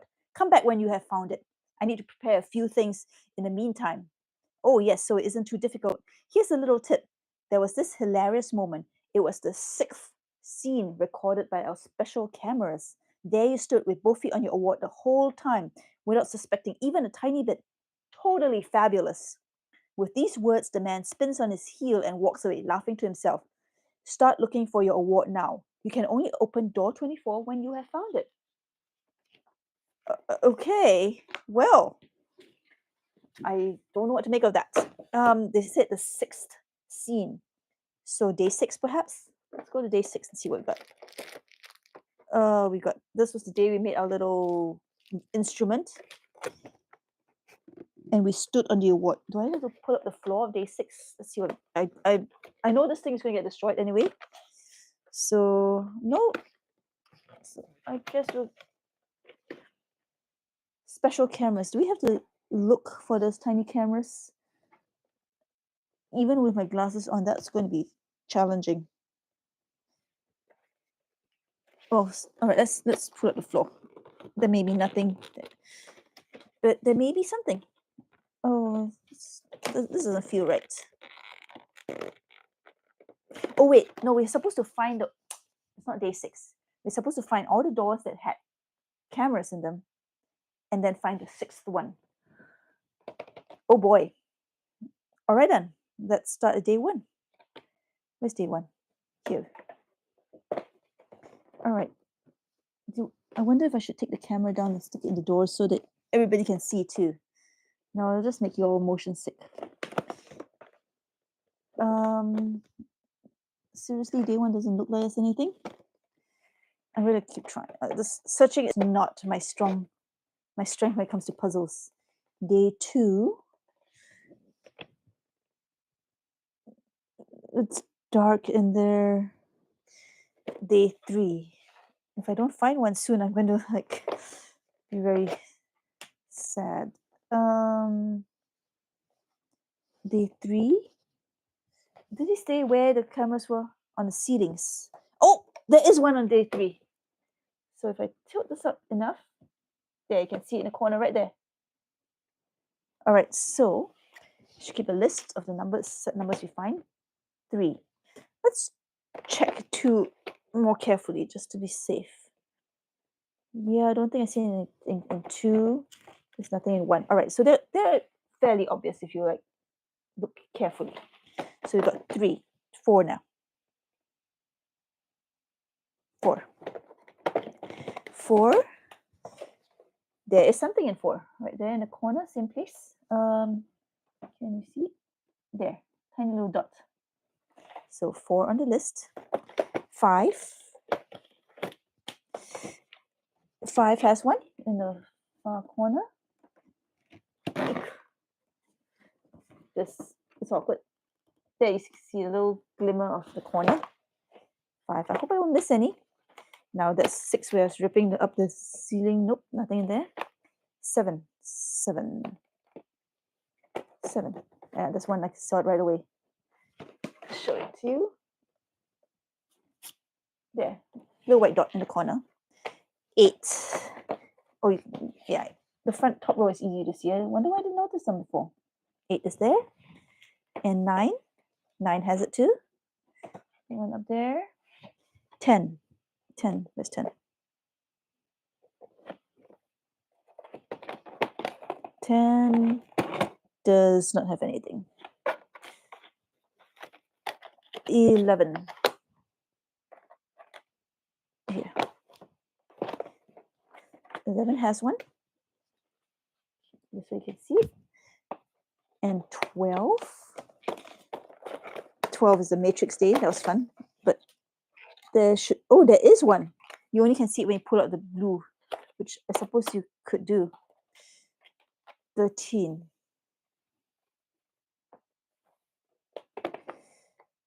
Where's 13? Oh, here it is. 13 has one. Well, we only needed the 6th one, right?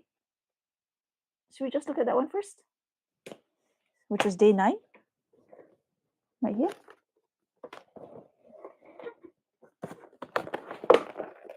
And if you pull up the floor, oh my goodness, there's a false bottom in this room. Pull it up. And there's a magnet with a little statue on it that says exit. I think we found it. This is our little prize. Oh, and there's a message on the floor there. Here is your award. Now open door 24. All right, door 24 was on the back, right? Wasn't this one here? I'm just curious. I'm gonna put this unnamed door here. Wait. You know what? I'll leave that for now. Let's go open the door 24 on the back. We'll look at it at the end. Wait, is this 24? No, does this open? There's a perforation. All right, let's see. It does open. With the award under your arm, you enter the 24th room. Blinding lights and thunderous applause await you. What is going on here? So you have a little stage. So adorable. Now read the conclusion in the storybook. So let's see. Conclusion. You widen your eyes in surprise, gasping at the fully occupied rows of velvet chairs. On the opposite side of the hall is a stage framed by 2 imposing golden statues. 2 stunning older ladies who look eerily similar stand in front of a microphone. As they see you, they break out in huge smiles. One of the 2 calls over the rows of spectators. Ah, here comes our long-awaited guest, our most precious discovery. Come on and join us on the stage. It's time for your moment in the spotlight. As she speaks, everyone in the audience turns to you. Many pull out their mobile phones and take photos or videos. Yet again, you wonder if there's a mix-up here. You've got to figure this out. You step forward, dazed. The closer you get to the 2 ladies, the better you can see their faces. Wait a moment. One of them is the silver-haired woman from the lighting department, the kidnapped leading lady. You have finally found her. Relief floods through you as you rush to her on stage. Are you okay? You asked, worried. Oh, darling, I've never felt better. The lady chirps happily and turns to the second lady. We are doing great, aren't we, Louise? Excellent, Thelma, confirms the addressee. Then she looks at you. You did a wonderful job. We had high expectations, but you have surpassed them by far. You look at her in amazement and ask, and you are? The crowd laughs in disbelief. The ladies look deliciously amused. One of them performs a little bow and says with a beaming smile, we are Thelma and Louise Werner, better known as the Werner sisters. We own these humble halls. Oh, there's a lot more story. Your jaw drops and you blush with embarrassment, but the Werner sisters don't seem to be annoyed with you for not recognizing them right away. Louise claps her hands enthusiastically. This is what makes you so great. This naturalness, this independence of spirit, big cinema draw, huge. You don't understand what is going on here. Neither of these ladies act as if they've been exposed to any sort of danger in the last few hours. But, you stammer, looking at Thelma, but you were captive and threatened by a man named Louis. The crowd laughs. You must have misunderstood something, honey. Thelma enlightens you. Then she hesitates. Oh, I understand. You may have thought I was talking about Louise when I was actually talking about my twin sister, Louise. But I assure you, at no point did she hold me captive or threaten me, she giggles. Louise affirms. No, not at all. Thelma and I weren't entirely in agreement about the extent to which we should intervene in the plot of the film. I thought it best to just leave you to it. I wanted to provide an exciting initial scenario and then relax and see where you went with it. With your creativity and your ability to express yourself as an actor, I was sure you would conjure up something extraordinary. The more we left you to your own devices, the better. I, on the other hand, Thelma now interrupts, had a strong urge to help me here and there. After all, it's your debut. That's why I was in the lighting department and later spoke to you over the speaker. But I tried to keep both things a secret from Louise because she was firmly against it. Louise giggles. In the end, it was the mix of both that made it special. Both ladies seem very satisfied. The result is just great. You look from one to the other and back again. But the Christmas movie, this is also confusing. If you are not the main character of the film, then who? The ladies are now laughing exuberantly. Then Thelma grabs your arm, visibly moved. You are our main character, sweetie. Suddenly solemn, she turns to the audience. Ladies and gentlemen, applause for the new Hollywood star. The jubilation in the hall that follows these words is overwhelming. After the crowd applauds you extensively and countless photos of you and the Warner sisters are taken, the stage slowly fills up with people from the audience.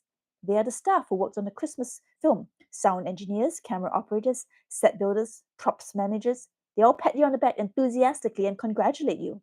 The man in the beret heads towards you and hugs you warmly. You learn that he is the director of the film.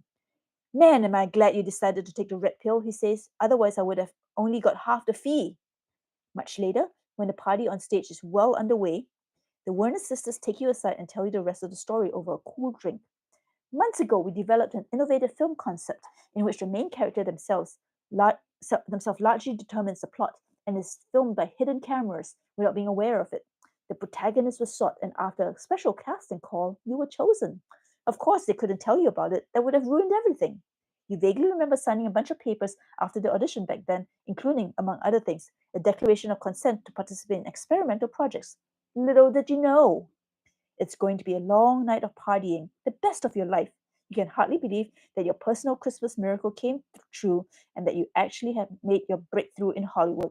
You have waited so long for this. In the early morning hours of the morning, you leave the party overwhelmed with joy. At the door, you turn around and wave to the film crew. Good night! And in case we don't see each other again, good morning, good day, and good evening. And Merry Christmas. The end. That was very satisfying, and we got a little prize out of it. And now I'm going to satisfy my curiosity and open the last locked door. Let's see. These are stuff from day one. It's just an empty set room. Stay away. There are good reasons why this movie set was locked, but you couldn't contain your curiosity. As punishment, you now have to watch the film Cats for all eternity. You really deserve the Dipstick Award. I actually haven't seen Cats. So that concludes Exit the Game Advent Calendar, The Missing Hollywood Star.